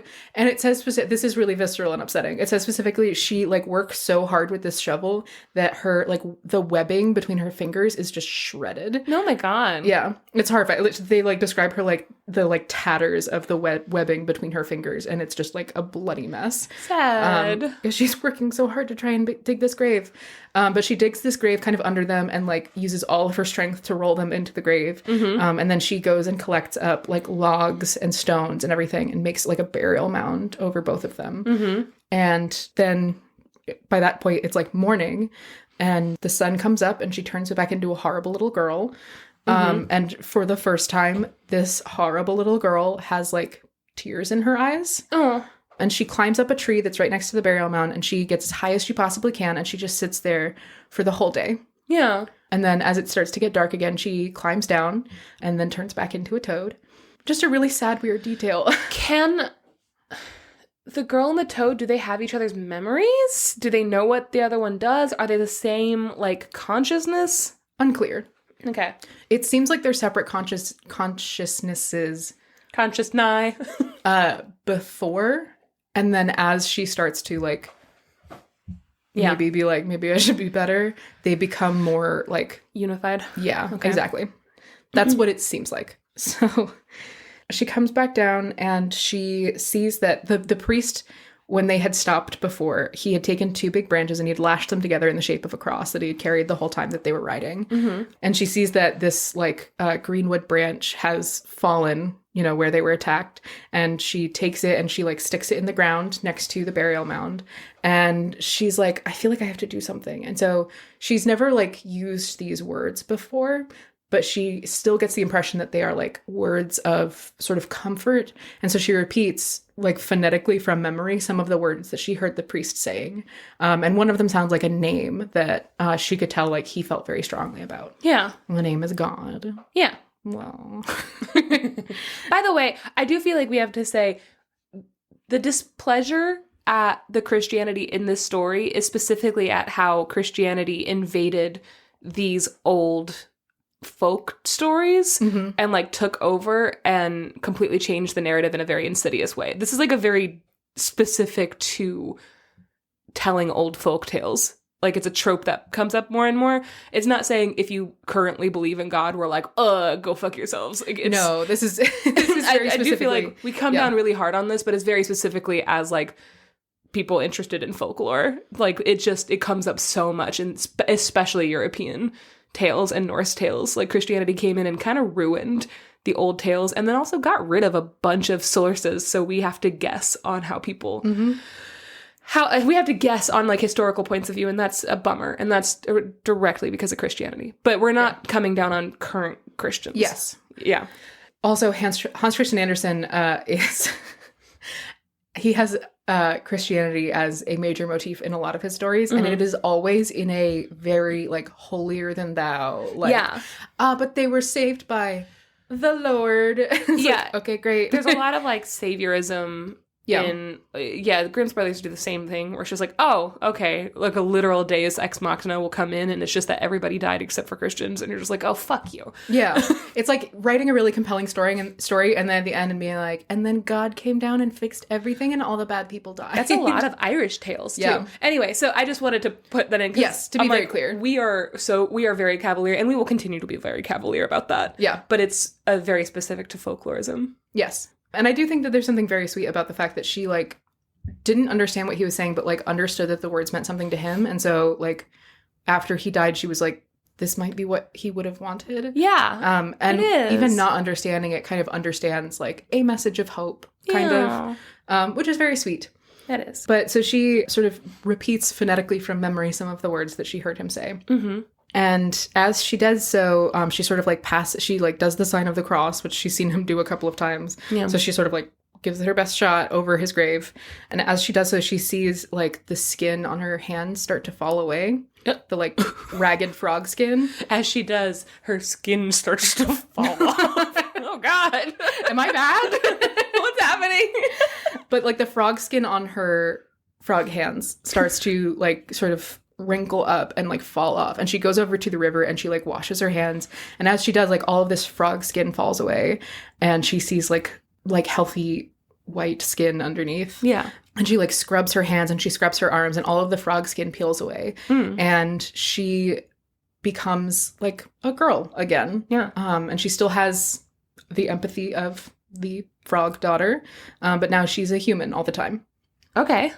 So it's she was split into good and evil, and so now she's a whole person that has both. Yeah. Okay. The way that the story explains it is that it says that she's good because her mother was good, and then the frog parts of herself, the physical nature of being a toad person, and also the terrible temper come from her father. Oh no. Yeah. That is bleak for the Egyptian princess. Yeah. Oh. Yeah. And her beauty during the daytime and her kindness during the nighttime come from her mother. Okay. So that's kind of how it's explained, is that she's of two worlds, etc. Oof. So she washes everything off, but she's still she's not thrilled about this. This is just something that happened. And also she's fucking exhausted. And so she just kind of finishes washing off, and then she just curls up on the ground and passes out because she's so tired. At midnight, she wakes up from this very, very deep sleep because she sees something glowing. And this glow kind of comes over her, and she opens her eyes and she sees her horse, who has like an ethereal glow around its face, and there is one point of light that is like casting a beam out from its neck where it was stabbed. And then she looks further up and she sees that the priest is sitting on the horse's back, and he has like the same like golden glowing complexion, and he has the like gash across his head has become like a beam of light, so that it looks like a golden crown. Cool. Yeah, which I think is a cool detail. It's very Jesus-y, but also if you take away the Jesus-y bits, it's a very cool Yeah. image. Angelic. This does prove that horses go to heaven, so. True. Very true. Confirmed. Confirmed. All horses go to heaven. All horses do go to heaven. That's confirmed. Thank you, HCA, answering the big questions that everybody was asking. And he tells her that they have to go back to the marsh, and he's like, you know, I knew from the beginning that you were not like an evil thing, and now that you've kind of seen the light and you're a good person now, we have to go back to the marshes because there's one more thing you have to do. So he pulls her up onto the horse, and they ride through the forest on this like ghost/dead horse with this ghost/dead man behind her and everything. And they ride through the forest at like breakneck speed. And as they do so, they are like jumping over all of these old like piles of stones that are old burial grounds. Yeah. And as they do so, all of these ancient like Norse warriors who are buried on their war horses, all like a spectral version of them comes out of the ground, and they ride on their horses and they follow them. Whoa. And they all ride towards the marsh. Oh, shit. Yeah. Oh, shit. What? This is like act 3 of this story. I know, right? This is... What the fuck? It's crazy. You know, in the new Hunger Games movie... It's split up into 3 parts that could honestly have been their own movie, which is what's so great about the new Hunger Games movies. They were like, no, we're just putting it all in one. So it's like an over 3-hour long movie. But that's what this is. Like, there's like a very specific, like, tropey beginning, and then there's her life leading up and like evil and fighting through it. And now there's like a ghost army go to like raise the dead. Like, what the fuck? Yeah, it's great. You're going to hate this, but this is the arc of Lord of the Rings. I don't hate that. Why do you think I hate Lord of the Rings? Guys, Janey hates Lord of the Rings. If there's one thing in this world that she Hobbit, can't Max. stand. I was one of the intro stars of The Hobbit. How dare you forget my important role? Janey was in an ad for Busch Gardens. Busch Gardens Christmas Town. That aired before The Hobbit in some places. I was an elf, so one of Legolas's crew. Janey doesn't hate Lord of the Rings. I just pretend like she does because she doesn't like it as much as I do. Because I don't want to marathon through all of the Lord of the... That's 2 days worth of just like sitting there. I don't hate it. I don't see what's wrong with that. And again, I'm technically technically related to Legolas. I played one of Santa's elves. Yep. So all of these like ancient warriors who all have these like glowing gold crowns and these capes that like flap out behind them, and they all have like a glowing gold spot wherever like the wound was that killed them. Yeah. Just wild. That is a so very cool. cool fucking That's detail. A really fucking metal detail. They ride for the marsh. And as they finally get to the spot where the Egyptian princess disappeared, they ride up to the edge of the sort of like lake in the marsh where she disappeared, and they stop, and the priest like raises this like wooden cross that he has, this like greenwood cross that he picked up off the ground when he came out of the mound or whatever. He raises this greenwood cross, and he has given Helga like a censer of incense or whatever. Sure. And both of them, like the horse stops at the edge of the lake and like rears back, and they both like raise their like holy implements and stuff. And this golden light casts out over the lake, and in a straight line from where they are to the middle of the lake, all of these water lilies pop up and immediately bloom in progression from like the edge of the lake to the center of the lake. And then as these water lily, like this water lily path gets to the center of the lake, a huge water lily comes up from the center and opens up, and the Egyptian princess is inside. Oh, yay. And she is asleep, and she's in like a magical sleep from which she cannot be roused or whatever. And again, this is across like marshland, so it's hard to tell like what's solid and what's not. But this sort of spectral horse rides on the lily pad path into the center of the lake, and the priest tells Helga to, like, you know, get the Egyptian princess up on the horse, and she picks her up and she puts her over the horse, and the horse like kind of buckles a little bit under the weight. Yeah. But he rides back to shore, and they ride all the way back to That's a rude detail. yeah. I mean, it's 3 people. That's a lot of people. Hey, Hans Christian Andersen, we actually didn't need that detail, thank you. The horse can carry them just fine. She's a little woman. She is a little woman. How dare you? But they all ride back to the Vikings' wooden castle, and they stop just outside. And the priest and this spectral horse kind of fade into the mist, leaving just the Egyptian princess and Helga. And the 2 of them look virtually identical. Like, they could be twins. Aww. And has the Egyptian princess aged? Probably not. Doesn't seem like right? it. No. Ooh. Doesn't say that she hasn't, but it really seems like she hasn't. Yeah. So they stop there, and the stork sees this, like, ghost horse drop off these, like, oh my god, the soap opera that he's been following.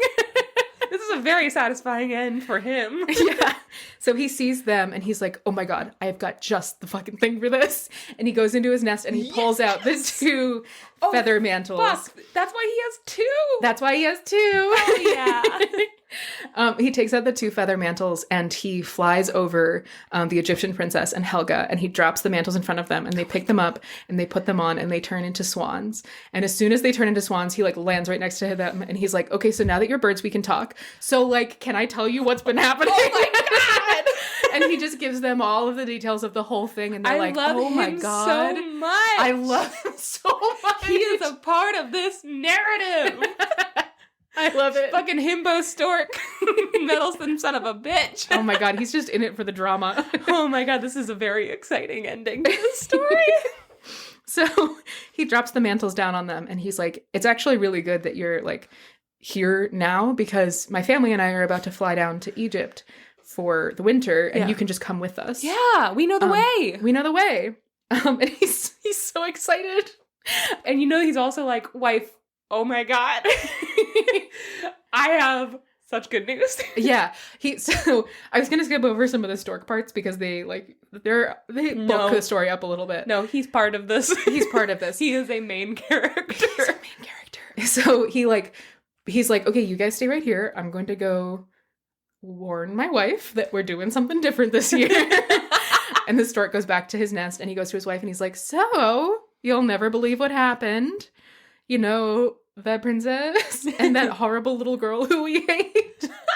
The horrible little girl has had the curse lifted or whatever, and now she's a normal little girl, and also the princess has returned, and also I gave them back their swan skins, so now they're swans. And his wife is like, oh my god, do we have to take them? And he's like, yes. And she's like, they probably don't even know how to fly. It's going to take so long. And he's like, well, they'll never get there if we don't help them. And she's like, oh my god. Okay, well, now I guess I'm a bad person for... Well, fuck me, I guess. I'm for not wanting to ruin our family vacation. No, she's like, I mean, our kids are still not super good at flying. So, like, we're going to have to take care of them also. Mm-hmm. And, like, I don't know if we can handle all of them if they're, like, not going to do a good job. And he's like, they'll be fine. I'll take care of them. And she's like, okay, can you take care of them and also your kids? And he's like, yes, I promise. And she's like, okay, fine. Whatever. Big fan. And she, like, they go down and meet the swans, and she's like, all right, fine. I guess she seems, like, super nice or whatever, and they can come with us. That's true. She has seen this little girl do some fucked up shit. Yeah. She's right to be a little nervous. Yeah. She has babies. There's a brief mention earlier of she's like, in, like, the interlude about this horrible little girl. Like, biting the heads off of chickens and stuff? Yeah, there's an interlude where the stork is like, honey, you have to stop giving a shit about this child, because literally we had to move our nest to the other side of the castle because she was throwing rocks at us. She's bad. Yeah, she was evil. But the swans and the storks get all packed up, and they all fly down to Egypt. Yeah. And they arrive in Egypt, and immediately the 2 swans break off, and they go to the palace of the Egyptian king, who is still alive. Yeah. Maybe wasn't that sick. They say that the girl is 16, like, at an earlier point in this story. So she's at least 16. Yeah. It's been a while. It's been a while, and he's still just, like, on his deathbed. Hanging out. Yeah, just hanging out. These 2 swans fly directly into his bedroom in the palace, where he's surrounded by all of his advisors. And the 2 of them land on either side of his bed, like the head and the foot. And they shed their swan cloaks. Yeah. And they both like bend over him and just hold him. Mhm. And in that moment, the water lily that came from the marsh, Yeah. which is Helga, Aw. cures him Aw. because life is love. It's like Rapunzel. Yeah, is it? Yeah, entangled. Oh, yeah. Yeah. So he is cured and he jumps up and he holds his daughter and his granddaughter. And there's much rejoicing in the kingdom. And that's where the story could end, and it doesn't. Okay. It goes into a long interlude where it's like, and the princess for a little while was like, maybe I should, Helga for a little while was like, maybe I should be bad. And then like, she's like a little bit punished by God for her hubris, where God is like, just a reminder, I'm the one who saved you from all that shit. And she's like, I'll be godly now. And there's like a weird, like little mini moralist tale in here. This is also how Little Mermaid ends. Yes. With the children of the air weird shit where Yes. she owes God like 100 years of her life or whatever. Yeah. Yeah. 100 years of service, part of the ship, part of the crew. God is Davy Jones. Oh my God. Yeah, we solved it. What you mean, oh my Jones? Sure. And then she's like, no, I have to be good. I got scared straight again by God. Yeah. And so the following spring, she gives a gold bracelet that she always wears. She writes her name, Helga, inside of the bracelet, and she gives it to the father stork. And she's like, can you bring this back home to my mom so she knows I'm okay? Aww. And he's like, yeah, absolutely. And he like brings it home and his stork wife is like, that's so heavy. It's going to slow us down so much. And he's like, it's my duty. And she's like, your duty is to your family. And he's like, well, I'm not going to turn down a gold bracelet. And then he keeps it. But he flies up north and he gives it to her adoptive mother to let her know that she's like, okay. Why not write her a letter? She can't read. Illiterate, as women should be. And Helga also sends a nightingale who is flying north to the burial mound of the priest. And she's like, just go there and tell all the birds around. Also, she's like full-time human now, but she does still know how to talk to birds. Good. To be clear. Maybe she puts on the mantle sometimes. No, it specifically says she's like, oh, but she was a bird for a little while, so now she can talk to birds forever. That's nice. Yeah. Okay. She tells the nightingale to go up to the burial mound, and she's like, just tell all of the birds in that area to keep it safe, and, you know, if they want to, they can, like, sing around there, and that would be nice. That's nice. Yeah. It's very sweet. And then that area of the woods, every time hikers walk by, they just get fucking pelted by birds. Wow, what the fuck? Guys, I just like ran a 15K to get away from these fucking nightingales. They hate me, I guess. Oh my God, I lost an eye on that trail. What the fuck? So some years pass, and eventually she is married to an Arabian prince. Whoa. Crazy. And on the night of their wedding feast. On the night of their netting feast? On the night of their wedding, there's a huge feast in the palace, and she goes out. It's fall. She goes outside just in time for the storks to come down for the winter. And they like land on the terrace where she is. And she's like, hey, I'm really glad that you guys are here for this. And they're like, we wouldn't miss it. It's your wedding. Yeah. And she's like, did you see what I made for you? And she like points out that she's had storks painted on like a bunch of the buildings and everything like that. All of the like pyramids and everything. Yeah. She's had storks painted on them. And the wife is like, least you could do. And the mother stork is like, honey. Oh my God. But she like hugs the storks, and then she looks up at the sky and she sees this one star, and it seems like the star is getting brighter, and she's like, ooh, what's that? Uh-oh. And it gets brighter and brighter and closer until she's able to tell that it is not a star, but it is instead the glowing figure of the priest who is riding on the horse. And he's an angel now. Yeah. And he comes down to her and he lands on the terrace, and she's like, whoa, you're here? And he's like, yes, I'm here for your wedding. Congrats. Okay, but you didn't RSVP, and you know, there's not gonna be a plate for you. But he is like, I just wanted to let you know that like you're good and like you're going to heaven, and like I'll see you soon or whatever. Or when you're ready, I'll see you then. I'll see you sooner than you soon, motherfucker. He's like, I'll see you soon. So, you know, just so you know, you're like square, basically. Yeah. And she's like, well, you've been to heaven already, right? And he's like, yeah, obviously. No, because of all the shit I did before I met you. What? I'm a murderer. Whoops. And she's like, what's heaven like? And he's like, it's great. It's going to be great when you get there. You're going to like it a lot. And she's like, can I just have like a little peek? Just like a tiny little peek. And he's like, no, you can't have a peek. And she's like, just like a little one. So I know where I'm going. And he's like, okay, fine. What? So for a brief moment, he like lifts her up into the sky and she gets like a brief glimpse of heaven.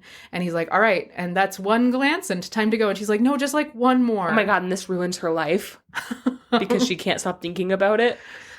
Basically. Oh my God. She's like, one more glance. And he's like, okay, one Mississippi. And she's like, wait, just like another like half a second. And he's like, okay, one half of a Mississippi. And she's like, just a little bit more. And he's like, no. And he like pulls her out and puts her back on the terrace.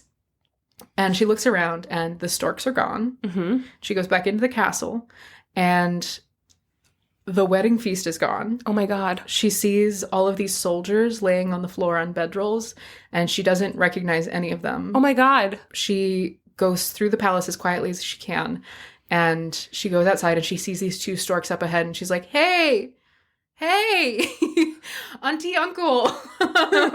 And they land and she's like, hey, like, was I gone all night? And they're like, who are you? Oh my God, what the fuck is happening? What the fuck is happening, Max?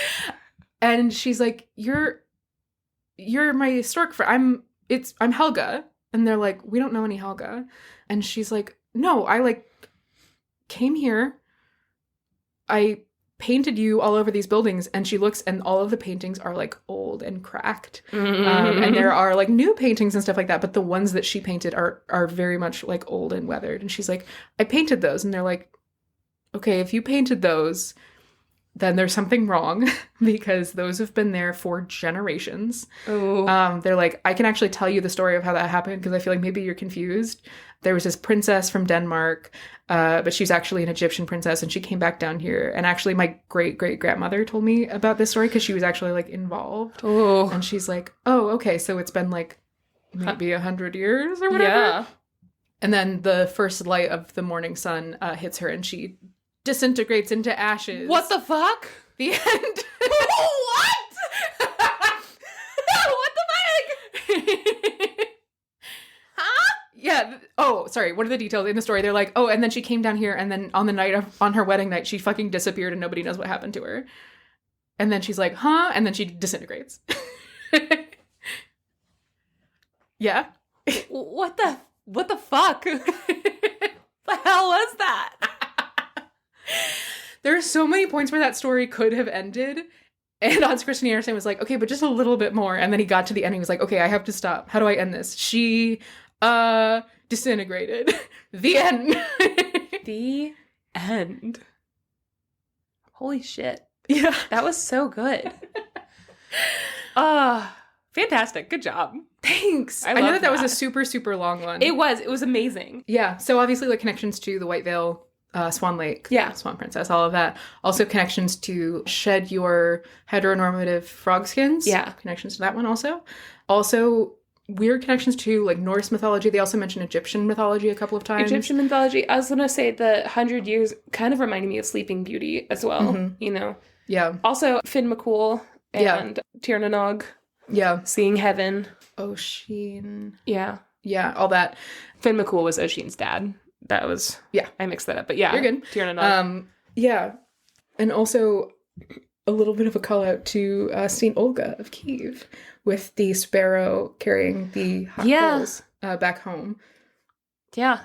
Just like a minor little detail, but yeah. Pretty fucking wild. I mean, the fuck? Yeah. I loved that. A wild story. Yeah, I really enjoyed it. I like a... It was also the Korean story. You have a Korean story about a frog husband, a frog boy that is adopted by that couple. Yes. And they love their frog son. Love a good amphibian. And he sits in a tree at one point and like flies a bird with a lantern. Yeah. Yeah, there was also apparently a suspense film that was released last year by the same name, but it's about like a woman who finds out that she's like, her mom got kidnapped and she's the product of that and like has to grapple with that or whatever. It's got, what's her face? From Tomb Raider. Laura Croft. It's Angelina Jolie. no. From the new one. Alicia Vikander. I would have never guessed that. Yeah, it's got Alicia Vikander in it. But apparently it was not great. So the Marsh King's daughter. Earl King from Angela Carter's The Bloody Chamber is very much like this, where it describes like this fae creature in the middle of the forest luring girls to him. It has very similar vibes. Similar to like Tamlin also. Yeah, kind of. Yeah, I also, in my first reading of this, my vibe from it was like, I don't know, like a lot of interpretations of this are like, obviously the Marsh King is A rapist. That was she said rapist, but she said it. And they're like, and obviously he's evil. And I want to know more about him, to be honest. Like, we don't Yeah. even get to see him. yeah, we only see him when he's like a stump. And all of the depictions of him are like, an you old think man the and stump stuff was like that. him? It was him. It was? Yeah. Oh, I didn't think it was him. Yeah. Sorry, it does say that in the story. I guess I didn't express that as well. But like the stump moves and it is the Marsh King and he is disguised as an alder trunk or an alder stump. Yeah. Not disguised, but that's just like what he looks like. And she thought that he was a stump and she leaned on him. To me, I was like, I know that there's a lot of like very, not to be like an apologist for this or anything, but I'm like, not necessarily. But she wasn't wearing her mantle, so like clearly she wanted to fall into a lake and have a baby with a martyr. That's what Max is saying. No, she had taken off the mantle, so like at the end of the day, who's at fault? Max. That's Max's quote. All of the depictions are like of like an old nasty man who's like kidnapping a teenager. That's or whatever. how the story is presenting him. It doesn't like say that specifically though. Like it's not like an old gross dude. It's just like, oh, and then she disappears and then she has a child. And it doesn't, she's not specifically like, and he was evil.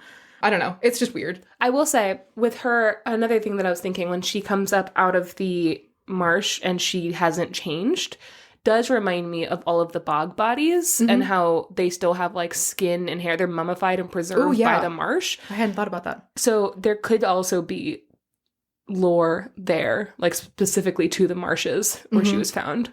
Yeah. Yeah. Just fun, interesting to think about. Yeah. Guys, go look up pictures of bog bodies. Oh, I have a couple of illustrations from this story also. I have to pee so bad, so you have to do it fast or I will pee my pants in front of you. There's this one, which I really like. Beautiful. It's very much like the lady in the lake giving the sword to Arthur, but it's just an arm reaching up out of the marsh and there's a stork flying overhead. And if you look closely, there are a bunch of like, kind of looks like little fairy bodies in the water lilies around. Oh, yeah. Very pretty picture. And it's a pen and ink illustration. It's beautiful. Mm-hmm. And then there's this picture, which is just like a marsh scene and there's a stork and then there's a human baby wearing a little collar. No, like a little it looks like what's his name in the Terrible, Horrible, No Good, Very Bad Day. But just like a normal looking human baby in a lily pad. There's this one of the priest and he's like being priestly and then there's a big old toad next to him. But he's also wearing lipstick. It's very strange. Yeah. And then there's this one, which is just a tiny little frog looking up at a stork in silhouette. Like a silhouette of a frog and a stork. Oh, they're so cute. Mm-hmm. And then there's this picture, which is like very much like Egyptian revival style art of like Isis and stuff like that. And it's two women who are holding up an old man at either end, and they both have wings. Yeah. I love it. Yeah. Anyways, that's it. Fantastic. Very good story. Thank you. Okay. Well, then we're going to take a break. And Janey's going to pee. I'm going to pee for the next 10 minutes. Sounds super good. Yeah. And then I'm going to come back and tell you a short little baby story. I'm going to try to make it as short as possible. Woo! Yeah. We're back, baby. Yeah, baby.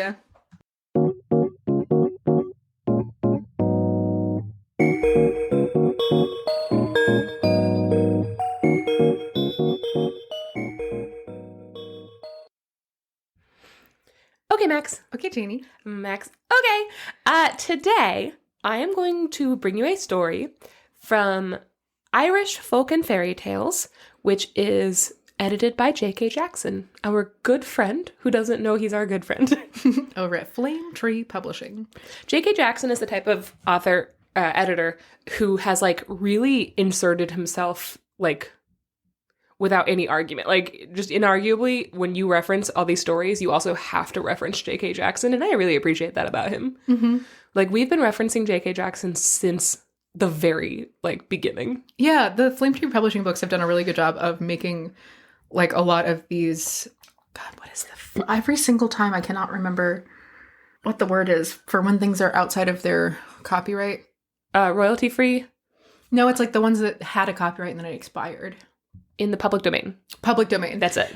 He's collected a bunch of really amazing like public domain folklore references that aren't necessarily available in book form, and he's put them into a book form, which makes them accessible and also makes them a lot more popularized for a modern audience, which I think is very cool. And he also does not change them. So Yes. like when he edits them, the big thing with Flame Tree Publishing is that he's not going through and like making them more modern, and he's not there like making them more palatable to the reader. He's publishing them as they were written, but he's doing things like just editing for like grammar things like that. Like it's copy editing. Unless the grammar is specifically there to serve the story. Yeah. Like he does such a good job of that. And so we have, I mean, books upon books upon books of these Yes. sources that you will never see in modern fairy tale anthologies because they've kind of been lost a little. Mm-hmm. I don't know. I really appreciate J.K. Jackson. This is Yeah. a J.K. Jackson love story. So the little one I have here is part of the collector's edition of these fables, folklore, and ancient stories. And they are beautiful little books. They're all different colors. They have gold-foiled edges, and they're just gorgeous. The cover of this one has a woman on it, and she has dark green hair and like a copper circlet, and she's wearing green lipstick, and she has earrings that kind of look like golden snakes or like Yeah. a golden Asclepius or something like that. Is that what that's called? Yeah. And she looks super sarcastic, and I might be in love with her. Yeah, she really does embody like Irish. Yeah, just like a side eye that could kill. Yeah, that could cut glass. there's this movie that I love so much, and it's Hercules and Xena, Rise of the Titans or something like that, or like Attack on Olympus. Yeah. And it's an animated movie that came out in the 90s that was like loosely based on the Hercules and Xena TV shows. Yeah. And I someday will make you watch it. There is the like evil character in it, quote unquote, looks a lot like her. Hey. Yeah. It's very cool. And they're both very hot. Okay, so the story that I chose from this is how Cormac McArt went to Faery. And Faery is spelled Faery. I like it. Also, is it Cormac McCarthy? Cormac Mac, M-A-C, new word, art, A-R-T. Not Cormac MacArthur. Is that his name? From The Road? Cormac McCarthy. Cormac McCarthy. No, that's all one word. This one is Mac space art. Sounds like same guy, maybe. Okay, so here's the first sentence. I like to include the first sentence as like just a quote of stories, I realize. Kind of gets you in the mood. Yeah. Okay. Cormac, son of Art, son of Con, of the 100 Battles, was High King of Ireland and held his court at Tara. That's Yes. Cormac. One day, Cormac was out walking, and he saw a young man on a hill holding a branch with 9 glittering red apples on it. Ooh. Whenever the youth would shake the branch, quote, wounded men and women enfeebled by illness would be lulled to sleep, end quote. Not healed. Just No. now they're Just asleep. fucking go to sleep, man. This is like the apple equivalent of just morphine. Yeah. So they would be lulled to sleep specifically because when he'd shake it, the little fairy apples would make fairy noises. And they'd be like, oh, I'm so tired all of a sudden. Oh, I guess I could take a nap. The branch also cured depression. Yo, where can I get them apples at? No one could, quote, bear in mind any want, woe, or weariness of soul when that branch was shaken for him. If the branch is shaken, don't bother waking me up. I'm having a sleep unbothered by depression.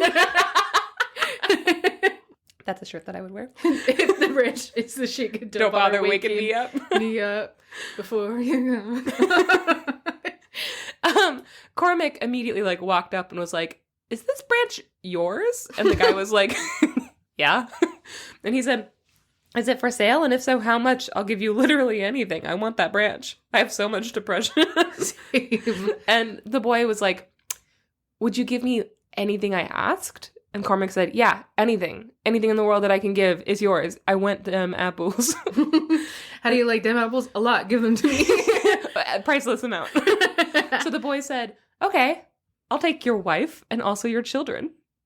And Cormac was like, okay. Take my wife, for example. No, take her.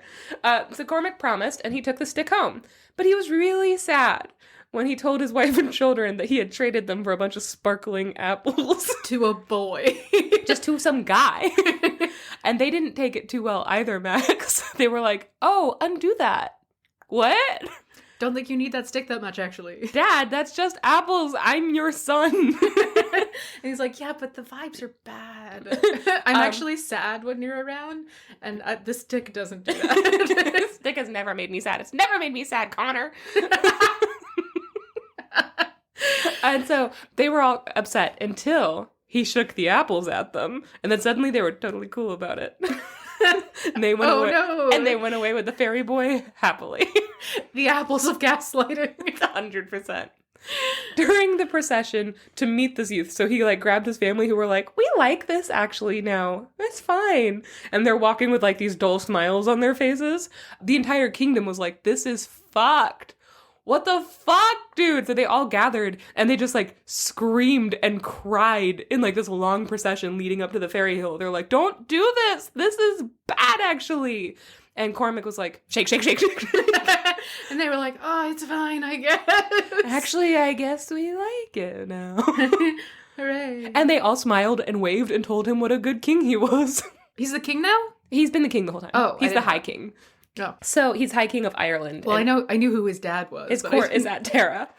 So they were like, this apple shit slaps. Can we get more of it? We actually like it. Let me get a hit of them magic sparkling apples. Oh, and then Ireland becomes the island of the lotus eaters, but for apples. Yeah. And every once in a while, it's like, I'm not happy either. And then you hear like mad apple noises. Jingle, jingle, jingle. I'm imagining they sound like sleigh bells. I don't know why. He's the villain. This is like villain shit. He's doing mind control on all his people. Maybe like a tambourine? A cowbell. So a year goes by, right? And everybody was getting daily hits off this magic happy apple stick. To be clear, so he leads his family to the fairy mound at Tara. And then the boy comes out and is like, thank you. And then like they disappear. Oh, okay. And then he goes home. Okay, so is the boy a fairy? Yeah. Okay. I mean, I guess. The boy wants his family and then takes him. It's also, you might address this later, but it is also worth noting that Tara is known as like one of those spaces that's supposed to be like a portal into the world of fairy in Ireland. Oh, I did not know that. Yeah, it's the like largest fairy mound in Ireland is supposed to be at Tara. This actually makes a lot of sense for the history of this story too. Yeah, it's kind of like it's like Mount Olympus in Greek mythology, where it's like a physical place, and they're like, and that's where the gods are. Yeah. But like we can't go up and check because what if they get mad at us? It's kind of like that, except that people like live in Tara, but they're like, this place is full of where all the fairies are, and if you don't see them, it's because they're sneaky. They sneaky. They are sneaky. That's true. That's true. To be clear, I'm not saying that there aren't fairies there. I would never say that. I would never say that. But it is like specifically, they're like Tara is like the hub. It's like the New York City of being a leprechaun. I love it. Okay, so a year goes by. Everybody's like, this is fine. We're happy for some reason. Don't know why. But Cormac... My dad died yesterday. Isn't that crazy? Isn't that great? Anyway... That them sucking up the magic happy apple sounds. Are they eating them? Yeah, just the sounds. So Cormac thought to himself, quote, "It is a year today since my wife, my son, and my daughter were taken from me. I will follow them by the same path they took." What? Cormac, my guy, they were not taken from you. This is why you don't get high on your own apple supply. Just like, what the fuck? The delusion. The fucking delusion. My kids were stolen from me. Isn't that sad? No, they were not. They absolutely were not. So Cormac the hero, with no notes, went off on his adventure to get back his family that had been so cruelly taken against his will. Yeah. Okay.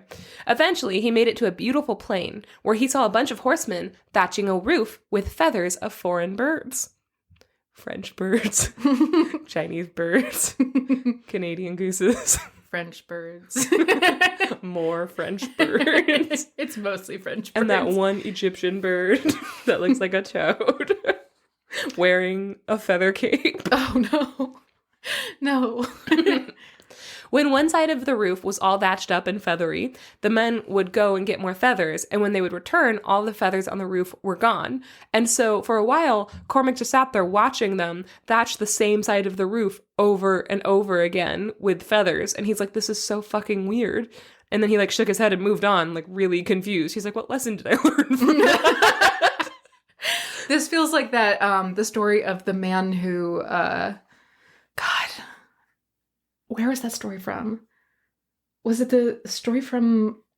Oh, God. It was from, like, it was a Middle Eastern story, and it was this man who walked into a cave and saw a bunch of people, like, whacking themselves on the head, and then they got some bread. This. Yeah. Same vibes. Yeah. Oh. I think it was a Jewish tale, right? Like a Yiddish tale? Mm-hmm. Yeah, and then he fell down a well, and then he had to, like, ask no questions, and he couldn't ask no questions, so he was kicked back up to the cave. Yeah. God, that's such a good story. Yeah, that's a great story. So after a bit of walking, he saw a boy dragging trees to make a fire. But after he'd light one tree on fire, he'd, like, go to get another log, and by the time he came back to his little fire pit, the first log would be all burnt up. And so he'd put the second on, light it, and then run to get another, and then drag it back up there, and then that log would have already burnt down, so he'd put the second one. And so it was like he was trying to build a fire, but, like, it Bad. he was doing it badly. And Cormac was like, this guy's job is never going to be done. Like, why the hell is he doing this? And then he, like, moves on. And so eventually, he came to 3 immense wells on the border of the plain. And he saw that on each well, there was a head. From out of the mouth of the first head flowed 2 streams, and into its mouth flowed 1 stream. The second head had 1 stream flowing out of it, and 1 stream flowing into it. And the third head had 3 streams flowing out of it and none flowing in. Max is thinking. If one of the heads leaves Boston going at 60 miles an hour... Don't think about that. Don't think about that. Are you the person who hasn't seen Hot Rod? I have seen... Have I seen Hot Rod? With Andy Samberg? No, I've seen Talladega Nights. I've not seen Hot Rod. Which is wild. I am the one person that hasn't seen Hot Rod. Chris Parnell is in Hot Rod, and he plays a radio announcer who is very dry, as are most of the Chris Parnell characters. And he's like, I'm in radio. And he's like, his radio station is on AM radio. Mm-hmm. And he's like, I hate FM radio because it's like, what about AM radio? And he's like explaining this, and then he pulls off his, like, he dresses like a news anchor, basically. And so he, like, opens up his button-up shirt, and he has a tattoo of Calvin from Calvin and Hobbes, and he's peeing on 2 things, and one of them's, like, a thing that's labeled, like, CDs, and the other one is labeled FM radio. And he's like, see, he's peeing on both of them. And he's labeled as, like, AM radio. It's like a weird political cartoon that he has tattoos, and he's like, see, he's peeing on both of them. Now, I know what you're thinking. That seems unlikely. How's he peeing in 2 places at once? What I like to think is that he had sexual intercourse the night before, and there was a little bit of residue that split the stream perfectly. And he just explains, like, in scientific detail. He's like, so that's why he has 2 pee streams. Anyways, and what do you think of my tattoo? And that's the heads. Yeah. Well, that does not make me want to see that movie. That is, like, 1 2-minute scene in that movie that has nothing to do with the rest of the movie. It is very funny, and we should watch that movie. All right, I'm down. So Cormac stared at these heads for a while, but there was no one nearby to, like, ask about them, and there was no, like, plaque explaining what it meant, so he just left. Feeling weird. The third head has no streams going into it, so where's it getting the water from? Yeah, it just has streams flowing out. Who knows? That's the solution to the mystery. I just want everyone to know that I solved it. What did you solve? I don't know, but I solved it. You just asked another question. You made it weirder. I solved that that's the weird one. And, that's the only weird one, for sure. Something's not right. Solved. Bring Max on your next escape room. She will be there to ask the big questions. Eventually, Cormac came to a house in the middle of a field, and he went inside and he said hello, and the couple who owned the house were like, hi, do you want to stay the night? And he was like, sure. What? Yeah, you know. When you just walk into someone's house and they're like, hey, do you want to stay the night? Want to have a sleepover? Also, just don't walk into people's houses. Our mom says it's okay if your mom says it's okay. So the wife of the couple asked her husband to go get food, and he left to hunt, and he came back with this huge wild boar over his shoulder, and he was also carrying a big log. And he threw them both on the floor, and he told Cormac to cook it himself. Damn. What? Yeah. And Cormac was like, how do I do that? And the guy was like, oh, I'll tell you. You're going to split the log into 4 pieces, and you're going to cut the swine into 4 pieces as well. And then you'll put a log under each of the 4 pieces of swine, and you're going to tell them a story. Oh. And if your story is true, the log will light, and the meat will be cooked. Mm-hmm. And so Cormac's like, all right, can you tell a story first so I can see what you mean? Because this is a little bit foreign to me. It's like a Canadian goose to me, and I am Irish. And so the man said, okay, yeah, I'll tell a story first. So he said, quote, I have 7 pigs, the same as the one we just slaughtered, and I can feed the whole world with them. For if one of them is killed, all I have to do is put the bones into the sty again, and they'll be alive the next morning. What? Yeah. This is also how Thor's goats work. Oh. Yeah, this is how he gets his servant Chalfie, is because... I don't have to go into the story, actually, but it's a good one. What? That seems like a lot of effort to get a fire to light. I would just be like, I had eggs for breakfast. Yeah. It's not a lot of work. That's actually less work than just lighting a fire. Yeah, that's what I mean. It's like, but like going to be like, telling something true and then being like, I have this complicated magical thing and there are specific rules to it. Maybe you have to tell something of substance. It knows what's in your heart and it knows if you're fucking playing it. So his story was true, and a quarter of the pig was cooked. So Cormac turned to his man's wife and was like, now you tell a story. And the wife was like, okay. I feel like a quarter of a pig would feed all 3 of them. Okay, but like it's not just all 3 of them. There's also servants and stuff. Like this is a house, okay? Okay, well, maybe they can cook it themselves. They are cooking it themselves. So she agreed, and she told the log, I have 7 white cows, and every day they fill 7 cauldrons of milk. I give my word that they yield as much milk as would satisfy the men of the whole world if they were out on yonder plain drinking it. Mm-hmm. And her story was true. She got some milky cows. And so a second quarter of the pig was cooked. Milky cows! So Cormac told the log his story. He's like, I've been searching for my wife, my son, and my daughter. They were taken from me a year before by a boy with a fairy branch. And like the log doesn't light right away. So I just want to point that out. The man was like, if you're speaking the truth, then that would make you Cormac, son of Art, son of Khan of the 100 Battles. And Cormac's like, yeah, that's me. And then the log bursts into flames. The guy was like, let me help you out and just give you your own name and have you confirm. So the man nodded and told him to dig in. It's time to eat. They've only cooked 3/4 of this, but whatever. Yeah. But Cormac told him that he has never eaten with only 2 people before. And that it felt kind of weird, like they're trying to do some sort of throuple thing. My husband and I saw you from across the bar, and we wanted to cook a quarter of a pig for you. Like, he might be weird, right? He's like, I don't know if I could do this. I have a wife and kids. And some man was like, would you eat if other people were here? Like some other hot young things that we found? Mm. And Cormac said, like, yeah, I would if the people are dear to me. Which is rude to his dear host. Mm-hmm. But okay. Yeah. At this, the doors opened and his wife and children entered. What? And they all cried and they hugged each other. And I assume like every time one of them was like, why'd you do that to us? Cormac would just like shake the stick at them and they're like, oh, we're so happy to see you. Oh my God. We forgot why we were mad. So then Manannan MacLu, Lord of the Fairy Cavalcade, appeared before Cormac in his true form. So it turns out his host that was like telling him to tell log stories was like, I'm actually... It's kind of a log story. I'm actually Manannan. Manannan. This shit is Manannan. Manannan. He said, I was the one who took your family, and I gave you that branch, because I wanted you all to come here for dinner. Now please eat this dinner. It's been a year. It's literally all I've thought about for the last year. Oh my god. I thought you would actually come after your family much sooner than a full year. So Cormac and his family sat down to dinner, and then he asked Manannan to explain all the curious things he had seen on his journey. He's like, I saw some really strange fucking things in this plane. Can you tell me about them? So Manannan told him that the horsemen that were thatching the roof with feathers represented the type of people who go out into the world seeking riches and fortune.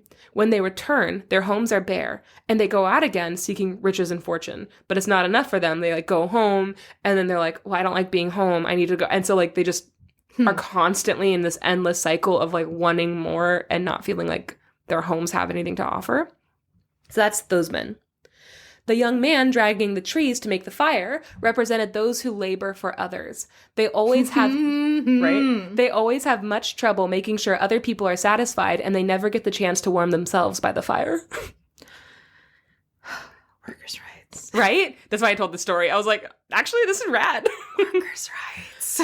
And the three heads represented three kinds of men. Some give freely when they get freely. Some give freely and get very little. So that's the one that had 3 streams going out, but only one going in or something like that. Mm-hmm. And then some get much and give little. And he said, those are the worst of the 3, Cormac. Those are the bad guys. Cormac's like, cool. And then like another log catches on fire. The 4th pig is cooked. After that, Cormac and his family sat down and a tablecloth was spread out before them. And Manannan told them that the tablecloth could produce any food and drink before you even had to think about it. He's like, it just fucking guesses your cravings, my man. Like, it knows what you want before you know what you want. And then he thrust his hand into his girdle. And he pulled out a goblet and he held it in his palm. A goblin. A goblin. And he was like, hi, what's up? Kill me. No, he pulled out a goblet and he rested it on his palm. And he told Cormac that the cup had virtue. Ever heard of it, Cormac? It said, if a false story was told before it, it would fall into 4 pieces. But if the truth was told, it would be made whole again. This feels redundant after the pig story. Yeah. He told Cormac that all the gifts, the goblet, the branch, and the tablecloth would be his. He's like, you can just have those. Why? And then they ate their meal. The end? like a second meal. They've already eaten this pig. What? And it was awesome because the tablecloth anticipated everything they were craving before they could even think about it. What if they were like craving something embarrassing? Like the tablecloth just kept producing more and more heroin. Jesus. Who ordered this? Not me. Connor, son of Cormac, son of Art, son of fucking Joel. Con. Oh shit, you're right. It's Con. This would be a really good tablecloth to have when you want like one of a thing. Like, there used to be a Boston market in my hometown when I was like really little, and they had these nasty ass green beans that were like the canned green beans that they're like waterlogged and not flavorful. But every once in a while, I'll get like a craving for like one green bean from Boston market. That would be great for that. Or like a single circus peanut. I've never craved just one thing. I've craved too much of one thing. No, I constantly crave like, I'm like, what if I had just like a tiny little spoonful of soup and that's it? No, not me. I just want a taste. I am not living that fairy tale mouse life. I am a beast in a Christmas story. I am eating the whole goose and 3 hams. And the roast beast. So after they were done eating and drinking, they thanked Manannan profusely. When they had eaten their meal, a couch was prepared for them, and they all laid down and they took a little nap because they were tired after their big dinner. And when they woke up again, they were back in Terra, and by their side was the tablecloth, cup, and branch. And the last line of the story is, thus did Cormac fare at the court of Manannan, and this is how he got the fairy branch. Thoughts on the story? Cormac is bad. Cormac is bad in the story. He didn't deserve any of these things. Also, he shouldn't be allowed to have the branch. The branch that usually in these, like, I'm going to talk a little bit about Cormac in, like, Irish mythology, but usually big, like, heroes and kings and stuff like that, they get these things to use against their enemies, right? Mm-hmm. Like the harp of the Dagda's harp. You know, that's not used against his people. That's used to help his army and to help them, like, fight against the fucking other guys. Fomorians? Yeah, the maybe? Fomorians, yeah. And so, like, it's weird that he got this fairy branch that, like, literally controls how people perceive you, and he immediately used it on his own family and his own people. Yeah. And we never see him use it against anybody as a weapon. Yeah. There's no conflict in the story. It's just him being an asshole. Yeah, and then he waits a whole year before he goes out to find them, and that also doesn't seem like a fucking kingly behavior. And also, he doesn't do anything to, like, get them back. Why does he just kind of shows up and they're like, great, we were waiting for you to come and claim these humans. He literally didn't have to solve any tasks. He didn't have to fight anything. He didn't have to prove himself. There was no trial by fire. He just had to, like, take a walk. Yeah, he just had to show up and he couldn't even do that. No. Yeah. And then they were like, thank God you're here now. Now we can give you your presents. Yeah. Okay. Cormac is bad. Cormac is not a hero in this. This actually might be the biggest villain we've had because it's also insidious. That being said, I do really like the 3 lessons of, like, the types of people who take more than they give and how shitty that is, and the types of people who, like, give more than they take and how that's, like, also shitty. I like that. I feel like they made kind of points that I haven't seen in ancient stories, you know? I guess. I like that. Usually it's more like you have to give of yourself and you have to be selfless and you have to, like, never think about yourself. I'm just saying the same thing over and over again. And you have to, like, only think about others because thinking about yourself is bad. And selfish. And selfish. Oh, that's a good point, Max. But this one is just like, hey, no, you should be getting as much as you give. Yeah. If you're not getting as much as you give, then you should stop giving. Yeah. If you are not getting as much as you give, then you are being taken advantage of. Yeah. And that makes you dumb. And that's literally never the lesson in anything, you know? Especially in these ones, because this is a trope. This is a story archetype of, like, you see 3 things on a journey and then some mystical being explains what the lesson is. And usually it's just like, oh, you should be, like, selfless. It usually is. I gotta stop going in this thing. Yeah, so I really did like that. I guess, to me also, though, it wasn't like he learned those lessons. We also didn't see him experiencing needing to learn those lessons. Yeah, he's not the audience for those lessons. It's not like, sometimes you need to give a little less. He doesn't give a shit. He doesn't give fucking anything. It's because that lesson wasn't for Cormac. It was for Connor. Shitty heroin-addicted Connor. Jesus. I made up Connor. Connor's not his name. Okay, so here are some notes. Mm-hmm. Cormac MacArt is a hero in Irish mythology, and so there are lots of stories about his entire life. According to legend, he was forced to step down from being king after he lost his eye in the battle with the Daci, which is a group of people who wanted to end these, like, cycles of kings, right? Mm-hmm. It's like the Fomorians, they're enemies. So he had this, like, battle, and they, like, took out his eye, and he couldn't be king anymore because the law was that a king had to be without blemish. Oh, that's bad. Right? The Daci were maybe right. Hashtag the Daci were right. I don't know anything about their other, like, beliefs or policies, but I will say overall, Cormac, bad. Right? Overall, Cormac was said to be wise and true. He was, like, kind of a revered king who took care of his people, but maybe that's just because his people were being forced to be happy all the time by magic fairy apples. Yeah. He was described in the Annals of Clonmacnoise, which was translated in 1627, and he was described as this. This is a quote. Absolutely the best king that ever... Someone's been having their apples shaken. Somebody had just taken a hit of the apple. Also, it's wild to have apples that are like, oh, this makes everything happy and makes you everything better and you forget the bad stuff. And there's no, like, lesson. It's not like, and that's bad. Sometimes it's just like, and now he gets to do that. It's also hooray. It's weird to have apples in the story and you don't eat them. You just have to hear them. Why isn't it bells? Maybe they had never seen apples.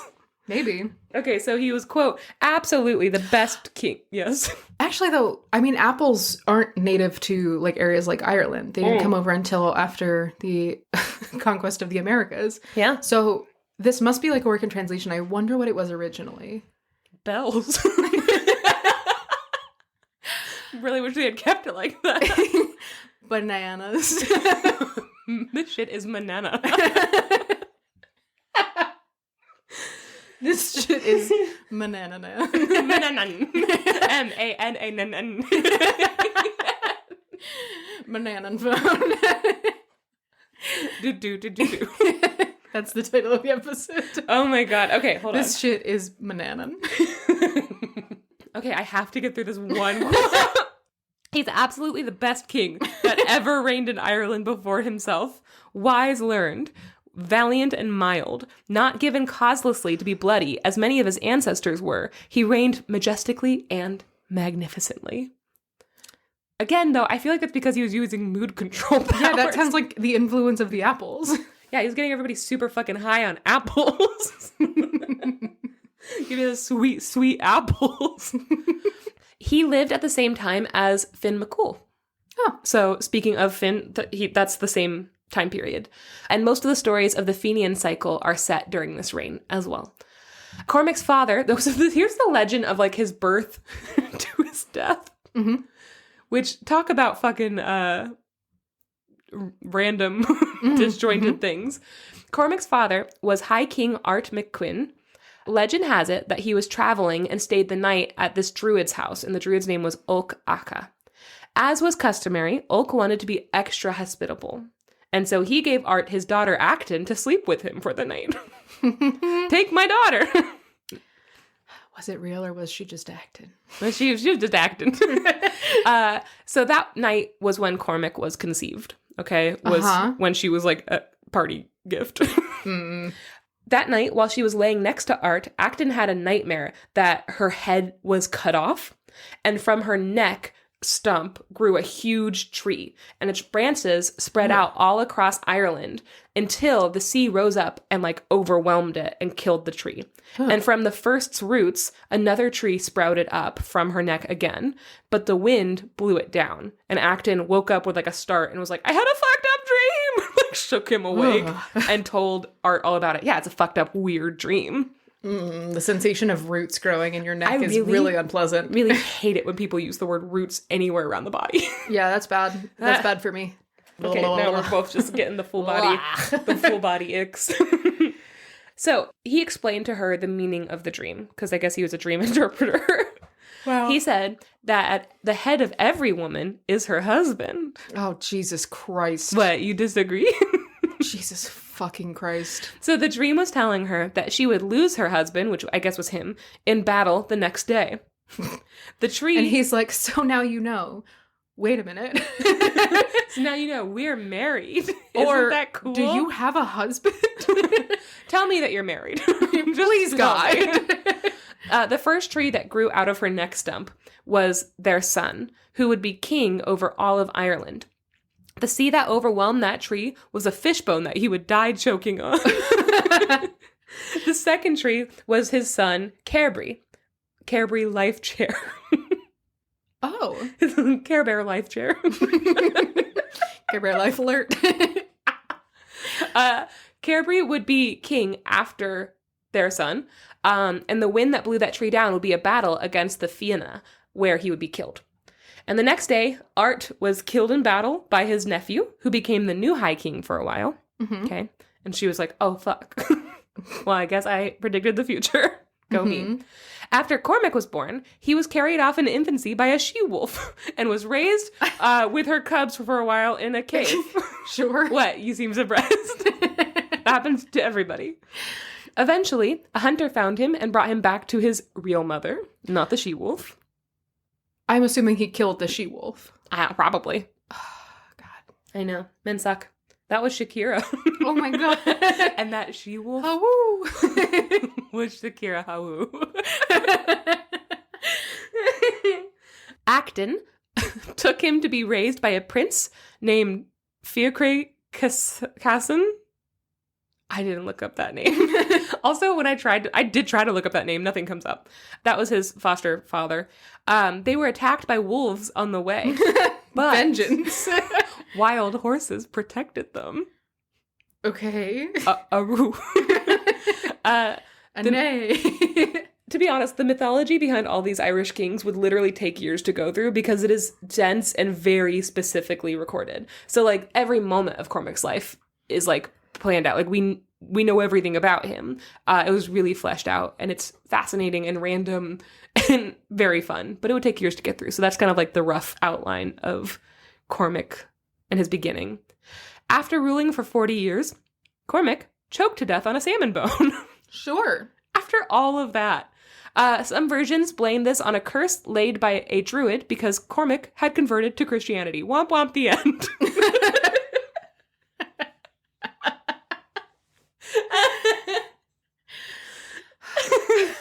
Accidental theme.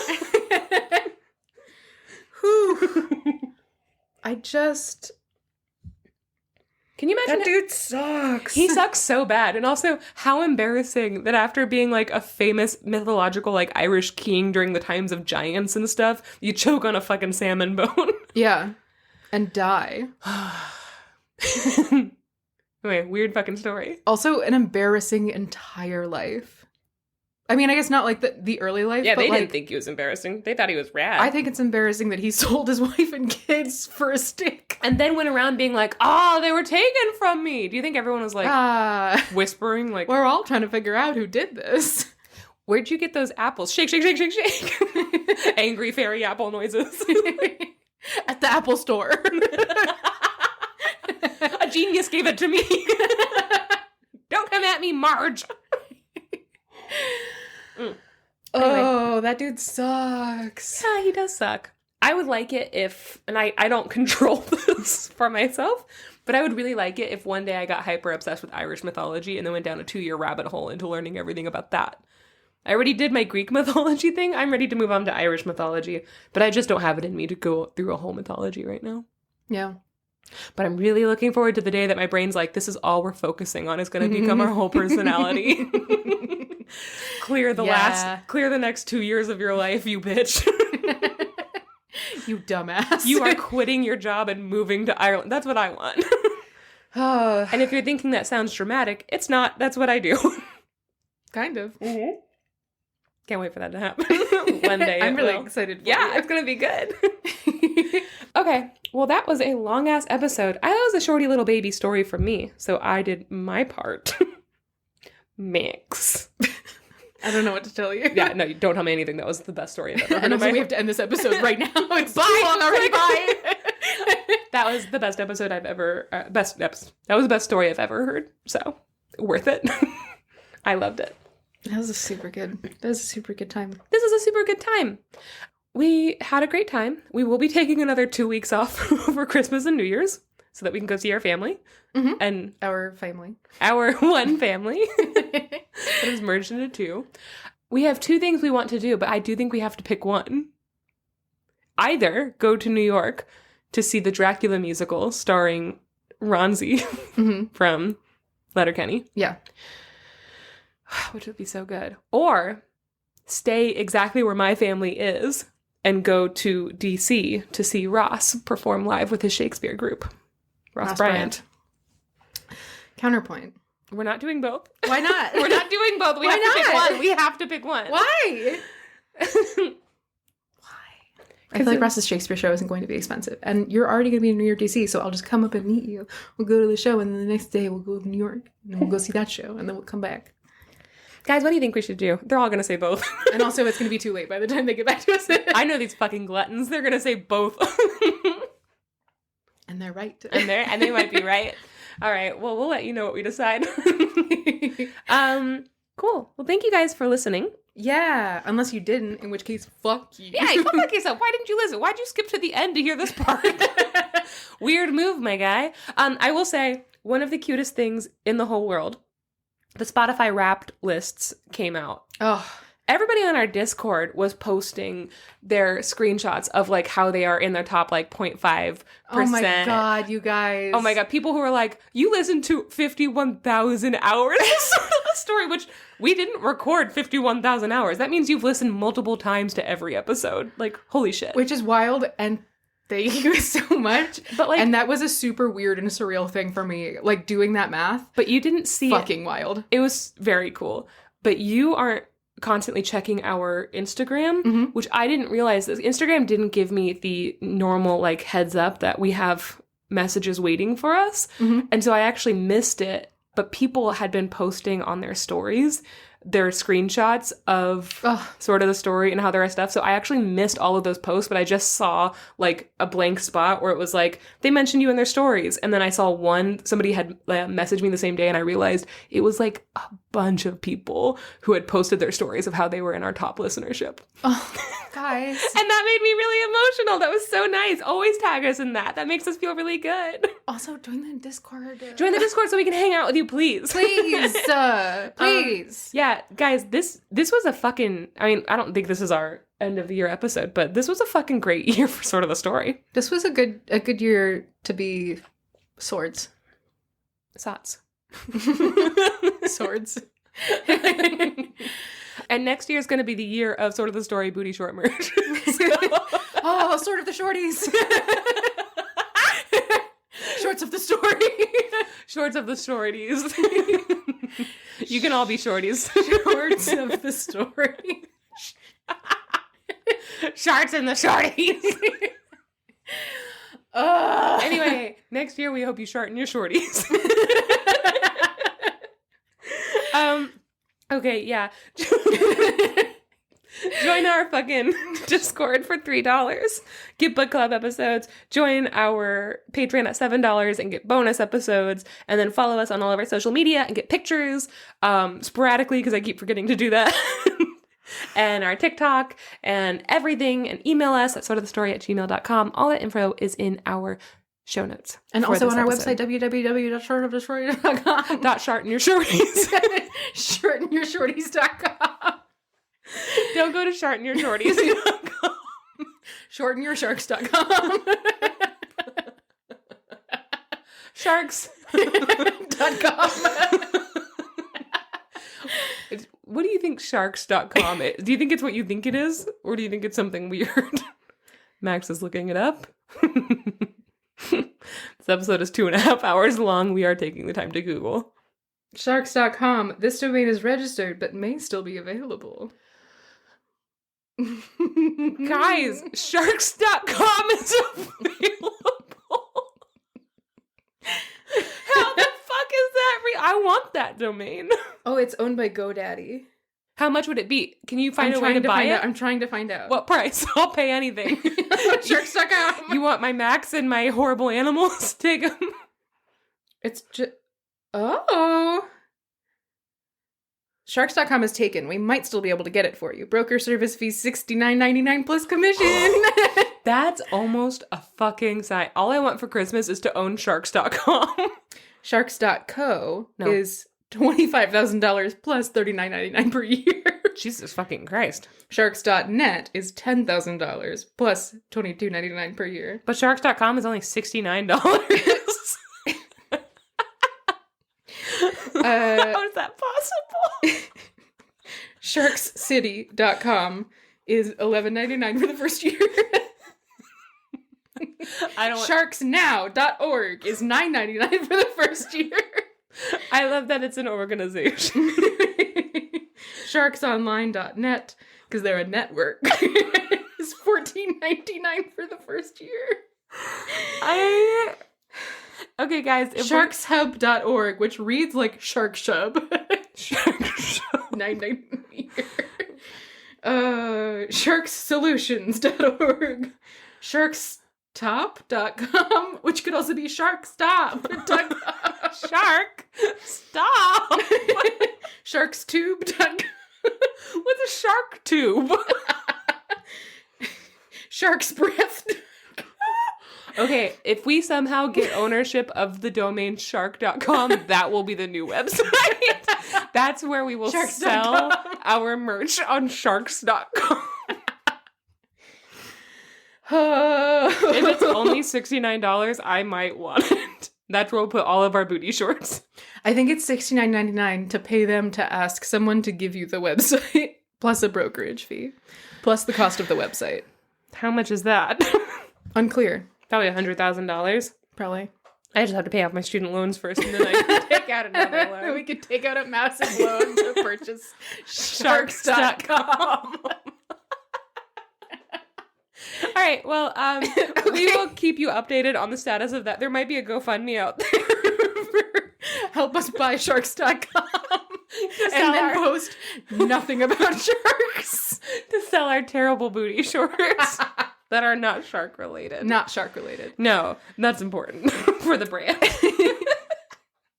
All right. What about booty shorts that are like the movie poster for Jaws, and it has like the shark coming out of the water, but instead of Jaws it just says Jazz.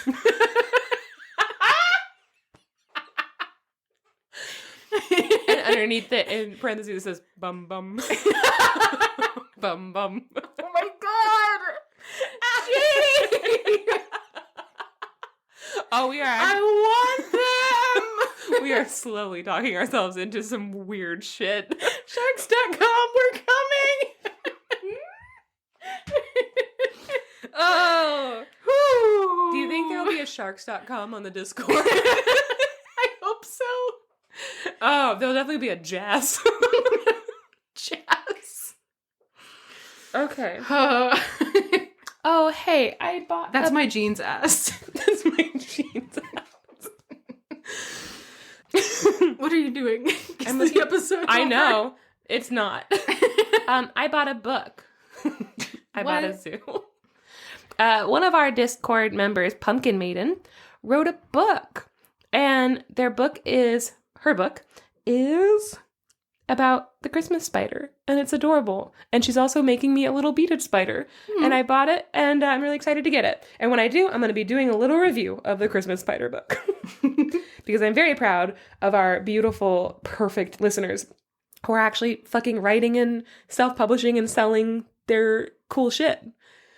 That's cool as hell. Also, it's fucking hard. I know it, because I literally went to grad school to do children's books, and I still have not done them. Yeah. You know, it would be a really good place for her to sell those books. Sharks. Are you hearing this, Pumpkin Maiden? Are you hearing it? We're here to offer you part of a very exciting financial opportunity. $69 a month for us to sell your book on sharks.com. But you will have to change your name of your book to The Christmas Sharker. The Christmas Charter. We have to go. We have to leave. It's over. All right. Get out of here. We have to be gone now. We hope you have a wonderful fucking day. Bye. Bye. I had a bout of extroversion, Oh. as I do I usually only do this if I haven't been to work in more than a couple days, right? If I'm able to reset, then I'm like, oh, I want to be around people, which is normal. And so I went back on Hinge, and a guy was like, hey, you hate small talk. So do I. You want to just go get coffee next week? And I was like, yeah, let's do it. And then all week I've just been like, ugh, I shouldn't have done that. That was a stupid... Why do I always do this to myself? Like, no, I don't want to get coffee next week, actually. And so last night at 3 a.m. I said, I have COVID. Bye. Jesus. Because no, I didn't want to get coffee, it turns out. Oh my God. Something that I've learned after many, many years of being your friend is that the best way to get you to participate in an activity is to tell you about it moments before it starts. Where I'm like, hey, do you want to go do this right now? Yeah. That's what it has to be. I cannot have planned it beforehand. I won't want to go. Yeah. At least then there's like a 60-40 chance. Like there's like a 60% chance that you'll be like, no, I'm busy. But at least there's a 40% chance that you'll be like, yeah, that's all right. Whereas if I'm like, hey, do you want to do this thing next week? There is a 90% chance that at some point during that week you will be like, actually, I don't want to do that. I did, and the moment passed, and I'm back to my old terrible self. Yeah, so there's a 90% chance in the week leading up to it, and then an additional 5% chance that, like, we will be getting ready, and you will be like, I actually don't want to do this. So there's really only a 5% chance that we will actually do the thing. I look you in the eye, and I say, I have COVID, bye. And then you just sit down on the couch. Yeah, and turn on Gilmore Girls, and get into a million pairs of pajamas. Mm-hmm. So many pajamas. This is what happened with my other group of friends that read the same fairy smut books that you have not read, so you can't be in the group, and everyone's mad at you for it because everyone wants you in the group, and you're like, I'm not reading that book or getting an iPhone. Yeah, the bigger problem is that I have an Android. Yeah, and nobody's willing to sacrifice the group to add in an Android. I have actually several groups that people beg you to join that you're like, I have an Android. And they're like, okay, never mind. It's been nice knowing you, but we actually don't want to know you anymore. I'm just saying, if they wanted to, they would, you know? They just really shows their dedication, and I don't need that in my life. If you wanted to, you would. You're the only one with an Android. Yeah. The pleasure of my company is worth it. It's really not. No, I'm kidding. Yeah, it's a problem. I've run an Android. Stop tearing families apart, okay? Take down that wall. Yeah. The difference in interacting between you and me is that if you ask me to do something right now, the answer is literally always, no, absolutely not. I am doing what I am doing right now. Because, like, even dumb stuff, like, you'll be like, do you want to go for a walk? I'm going for a walk right now. I'm like, no, absolutely not. Okay, but to be fair, to be absolutely fair, if I said next week, I'm going for a walk at this time, do you want to go? You'll still say no. You don't want to go for a walk with me. No, I would say yes. Okay, next week, let's go for a walk on Saturday and Sunday with the dogs. Okay. Guys, Saturday's going to be really busy, but definitely Sunday. Also, she's I have COVID. Yeah, Max doesn't want to go for a walk. No, I do want to go for a walk. We'll come back next week and tell you guys whether we did a walk. Please remind us. Oh, you can't. You can't. This is not going to, you're not going to be listening to this in time. We'll tell you next Sunday. time. We're going to go for a walk. Damn it, I don't want to do that. I have This is why the podcast is all we can ever do together. We literally can't do it. I am already dreading this stupid walk. I don't want to go. This is why my friends, my Faery smut group chat friends, they were like, we're going to go see Taylor Swift. Oh, it's so exciting. And to be honest, I would say I'm not a Swiftie, but my Spotify apparently is going to fucking call me a liar because I'm one of her top 4% fans, and that was wild to learn about myself. Mm-hmm. I don't understand it. But I guess I just consume a lot more Taylor Swift than I thought. Like, she's just in the periphery at all times. Yeah, that checks out. It does. But last year, 2 years ago, they were like, oh my God, next year we're all going to see Taylor Swift in New York. Isn't it going to be fun? And they started making plans. And I was stressed and I was broke and I was like, I'm not a huge Taylor Swift fan. Like, I like Taylor Swift. I'm not like a diehard, like, have to see her in person sort of fan. And we were also like a year out of COVID. And so I also was like, I also don't want to be in that big group setting. So I kept saying like, no, I don't want to go. I'm not going to make that plan in the future. I already know. I'm stressed out that you keep bringing it up. Stop bringing it up. And they were like, okay, we'll just get an extra ticket just in case. And I was like, do not do that.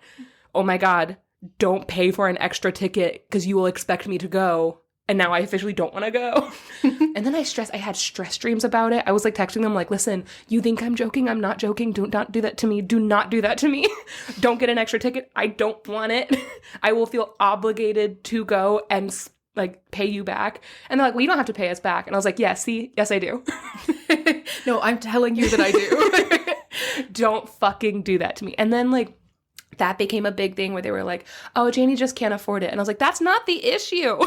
And the answer is, I could spend the money if I really, really wanted to go. I would fucking spend the money. Yeah. I don't want to go. Yeah. And it's stressful that you keep trying to make me plan a year in advance. I don't want to go.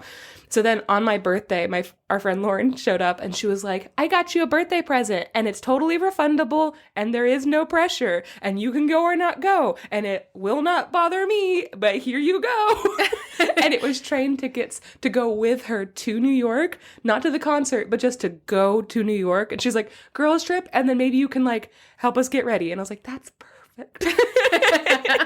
That's how you do stuff with Janey. Yeah. Yes. Mm-hmm. But after that experience, it was very fun. And I was like, that's great. And this year they were like, we're going to go see Hozier. We're giving you the option now to say yes or no. And it's no big deal. And this is how much the tickets are. And we're going to get them now anyway. And I was like, okay, I'll go see Hozier. Turns out if I wanted to, I would. And I want to see Hozier. Yeah. Heard. You and I are going to go see Hozier. Yeah, we are. Are you excited? I am. Do you think we'll fall madly in love? Nah. I don't think so either. I also am not like a diehard Hozier fan. I just am more likely to go see a Hozier show than a I feel like it's going to be really fun. I should probably listen to any of his new music. Whoops. His new music is so good.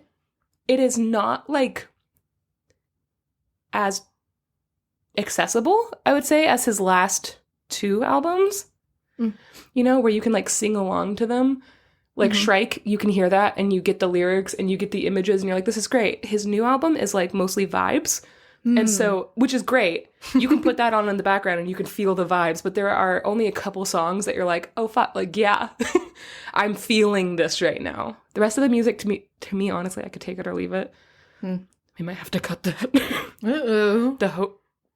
The hose. The Hoser man. I was trying to figure out what the Hoser fans are called. The hose. I guess they're just the hose. Hose mad. The hose are gonna get us. Ho hive activate. Well, now I want to be part of the Ho Hive. That should be the shirts we make. Ho hive. Yours can be Ho hive and mine will be Hose Your Daddy. Yours will be Hose Your Daddy, mine will be Hose Hive, and we'll both be wearing booty shirts that say, hi ho. And It's we'll off be to work. blazed. Hi ho. It's off to work song we go.